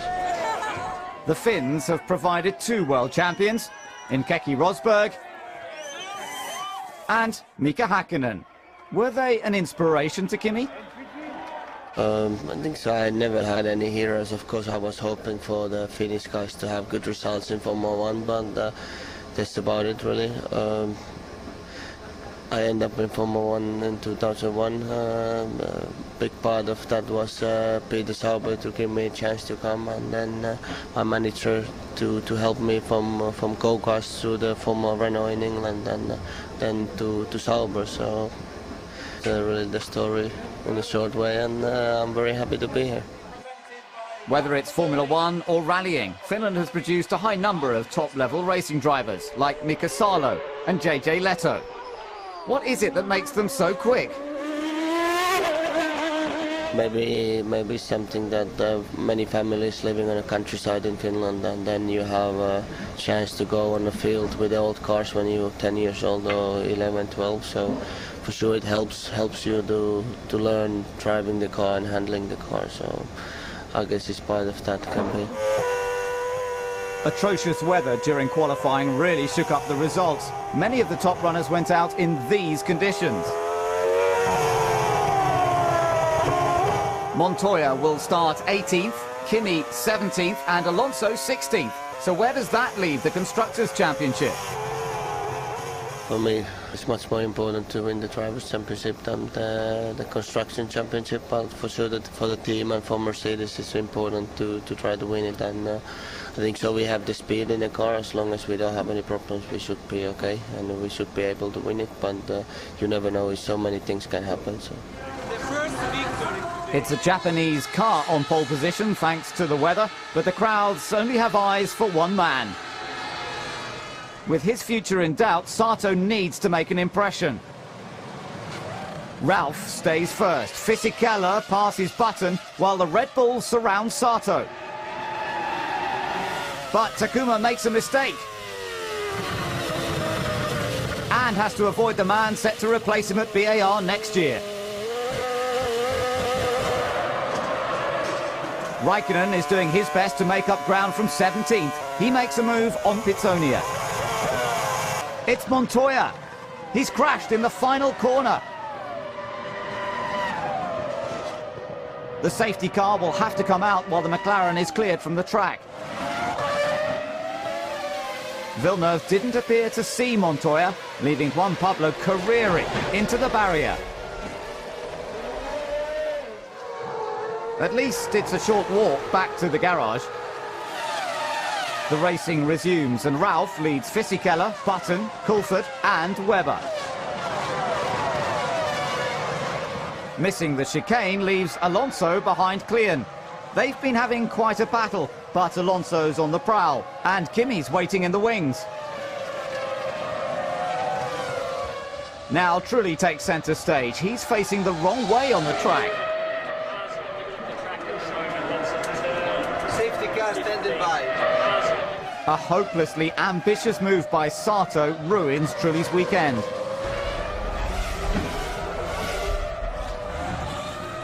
It wasn't the impact Sato hoped to make. Finally, Alonso sets Klein up for the overtake.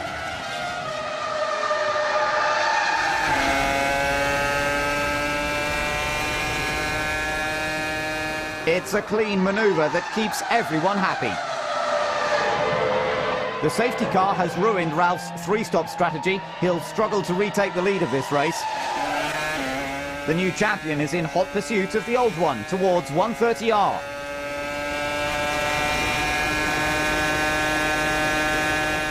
He's got nothing to lose and takes to the outside. Kimi and Michael are the last of the top runners to pit. There's nothing between them.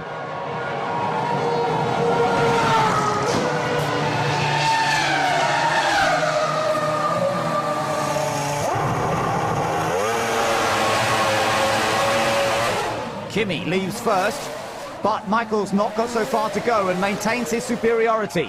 Both have got ahead of Alonso.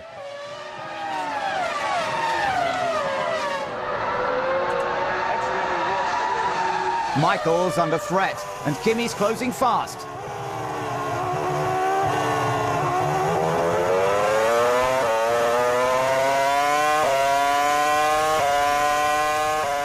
The Ferrari just hasn't got the speed and has to relinquish fourth. Big swap around, Alonso having to pit earlier. He lost out. He was the man at the head of this trio. Now he's at the back of it. It's not getting any better. Alonso's back for more, and it's at Michael's expense.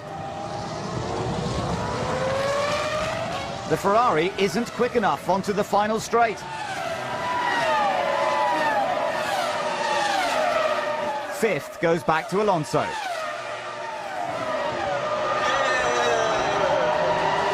It's looking good for Renault's constructors' fight. Fisichella still leads the race.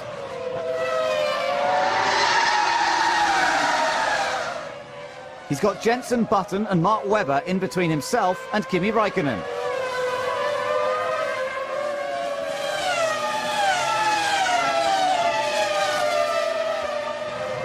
A misjudged pit stop for Albers results in a fiery moment for Minardi. Fisichella has already stopped. Now Webber and Button take time out. Problems for Button? In Monza, it was Webber and Sato side by side. Here, it's Button and Webber. But the result is the same. Advantage Williams. Things get worse for Button, though, when Alonso overtakes. We'll hand the lead back to Giancarlo Fisichella, but then we will have a real run to the finish. In he comes then. Inspecting the tyres, clearing the radiators. Well, he wants to get on with that, doesn't he? Pushing back out again. There's Fisichella. He takes the lead back again, and that is the margin. And that, with 8 laps to go, that's what Raikkonen has to close up now. Fisichella lapping in the low 1 minute 33s. It'll be difficult for Raikkonen to go substantially faster than that unless he's feeling completely inspired. But nevertheless, I wouldn't put anything past Kimi Raikkonen. Kimi's on the prowl, and his victim is Giancarlo. Come on, Fizzy! Come on!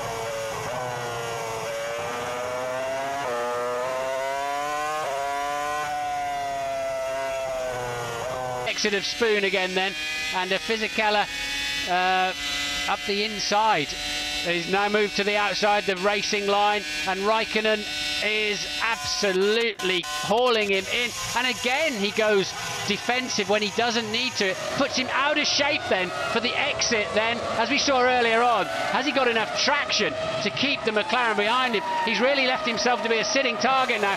He'll have to go defensive down the inside. He'll have to go tighter than that. Oh, and they nearly touched. Can Raikkonen sweep in? Yes, he can. Brilliant.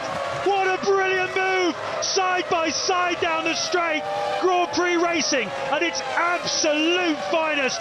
Kimi Räikkönen sweeps through to take the lead of the Japanese Grand Prix. He started from 17th place.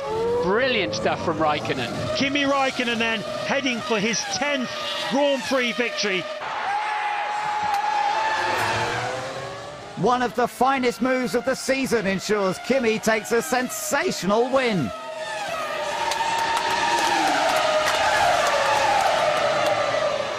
He started 17th and stormed to victory.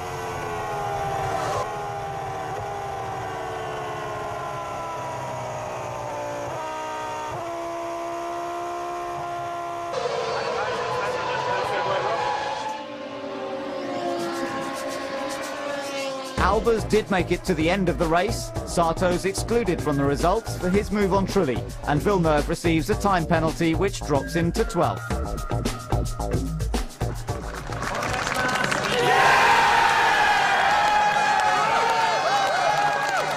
That says it all. I think this is one of the best team wins we've ever had. Probably Kimi's best drive. Great overtaking manoeuvre. You know, it's not just that it was a good overtaking manoeuvre, it was the last lap and probably the last opportunity. It's been one of the most thrilling races of the year. Renault retake the lead at the Constructors for a last race decider in Shanghai.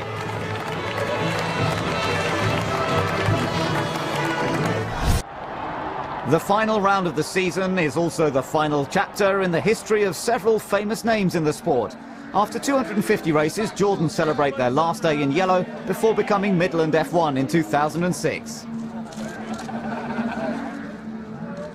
Pierre Dupasquier is a very popular man in the paddock, but takes a pragmatic approach to his departure.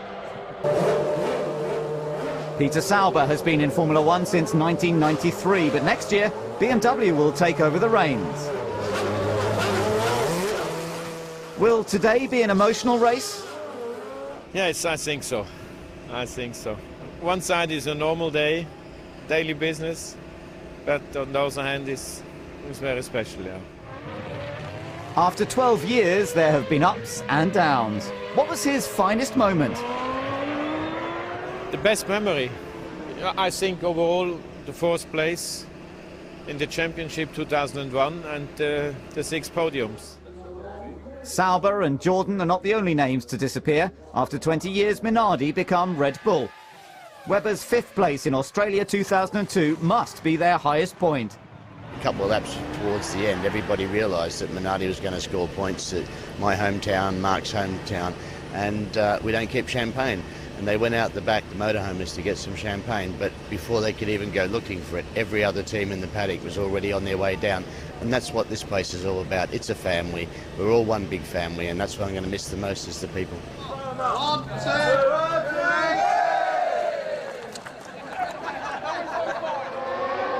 3! It's round 19, the last race of Formula One's longest season. And for the final time in 2005, the cars make their way to the grid.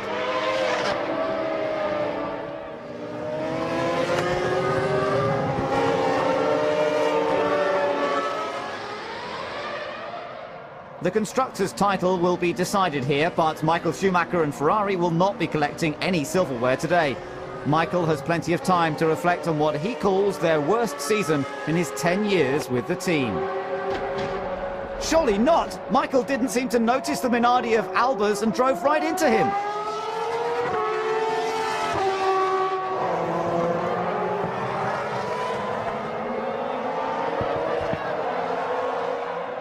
The FIA will want to take another look at one of the most bizarre incidents of the year.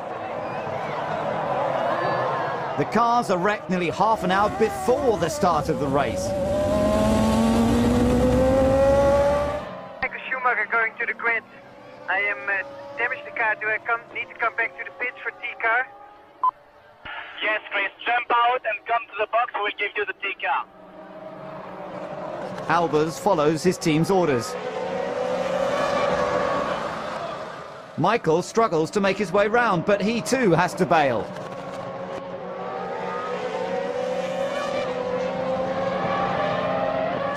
The team wonder what happened and what to do next. Time is ticking by. If the drivers are to make this race, it'll be from the pit lane. Who'd have predicted so much excitement before the start? There's still a Constructors' Championship to be decided. The last race sees the first all-Renault front row, thanks to souped-up engines.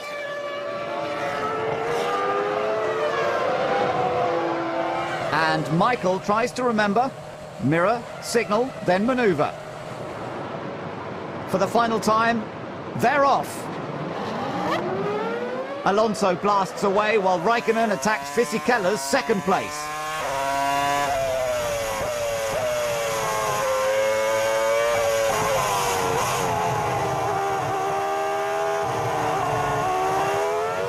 There's quite a queue behind Giancarlo, allowing Fernando to pull clear.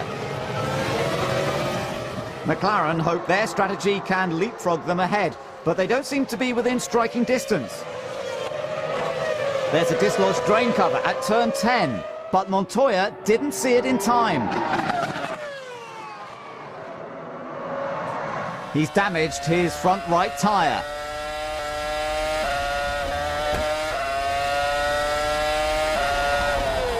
And pits for repairs.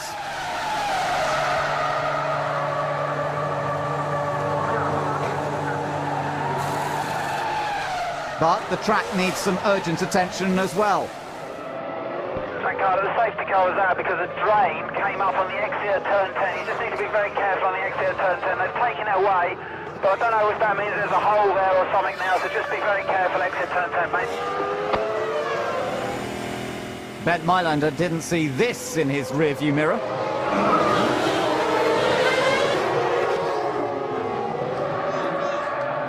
What has happened to Michael Schumacher today?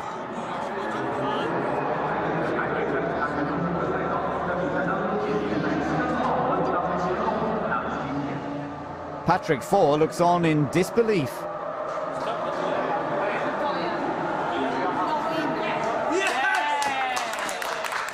Schumacher's not the only one on the sidelines. Montoya's engine has failed.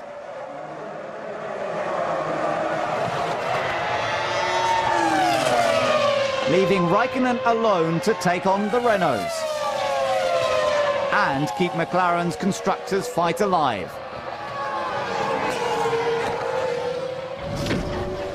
There's a massive crash further back.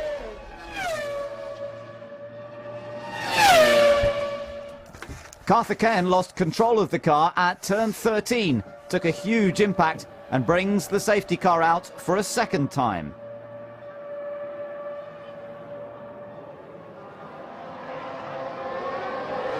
Most drivers take the opportunity to pit.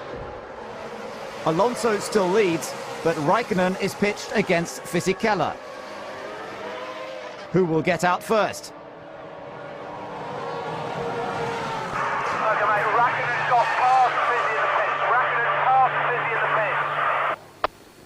The stewards clear the remains of the debris and the racing can continue. Alonso leads, then Ralph, Massa and Klein provide a barrier against Raikkonen as they did not pit. Barrichello's been having problems with his tyres, so when he's put under pressure from the Williams of Webber, he slips right down the order.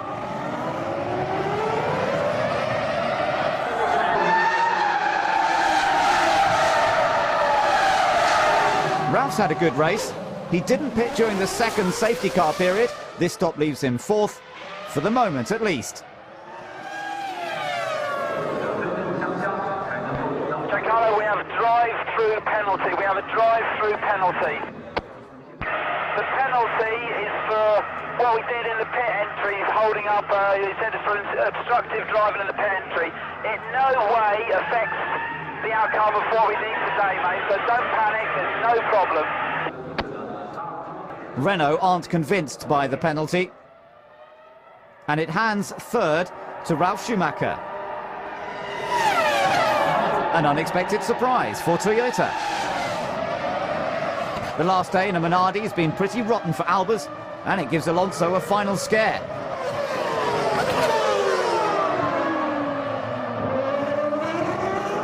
There's been absolutely nothing lacking for Renault this weekend, or indeed this year.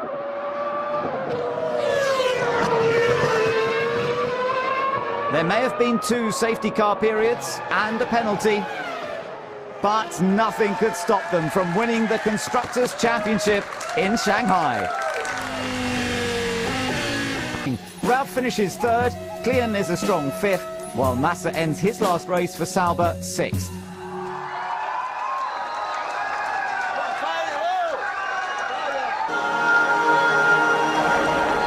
So the sun sets on 2005. Alonso is champion, but it could have been Raikkonen.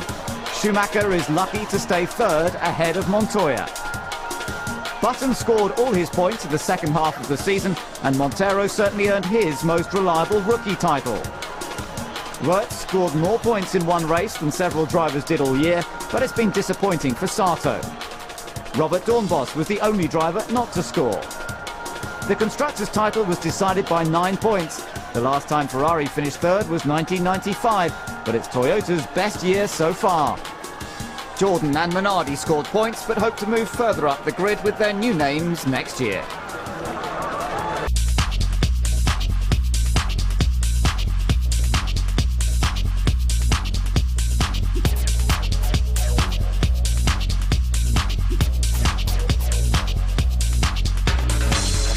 Lowest points in Hungary, where I rolled the car, but it's all racing. One was Turkey, Spa, and Monza.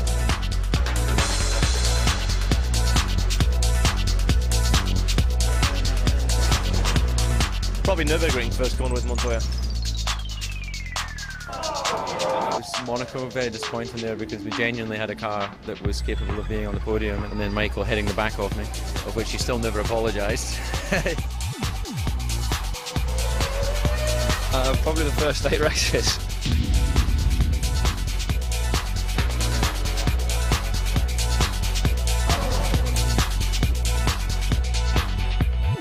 It's disappointing not to win the championship. Crashing with my teammate in Monaco, yeah, that was a low point.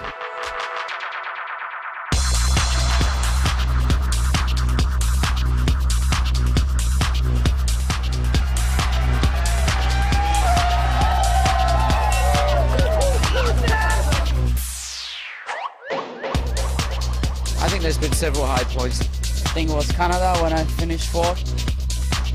There was the points in Australia at the first race. When I found out that I was definitely going to be under. Brazil, Spa, Imola and Hungary, Malaysia, Turkey. I have to say my podium. Well, exciting. I guess the championship has been fun to watch for everybody.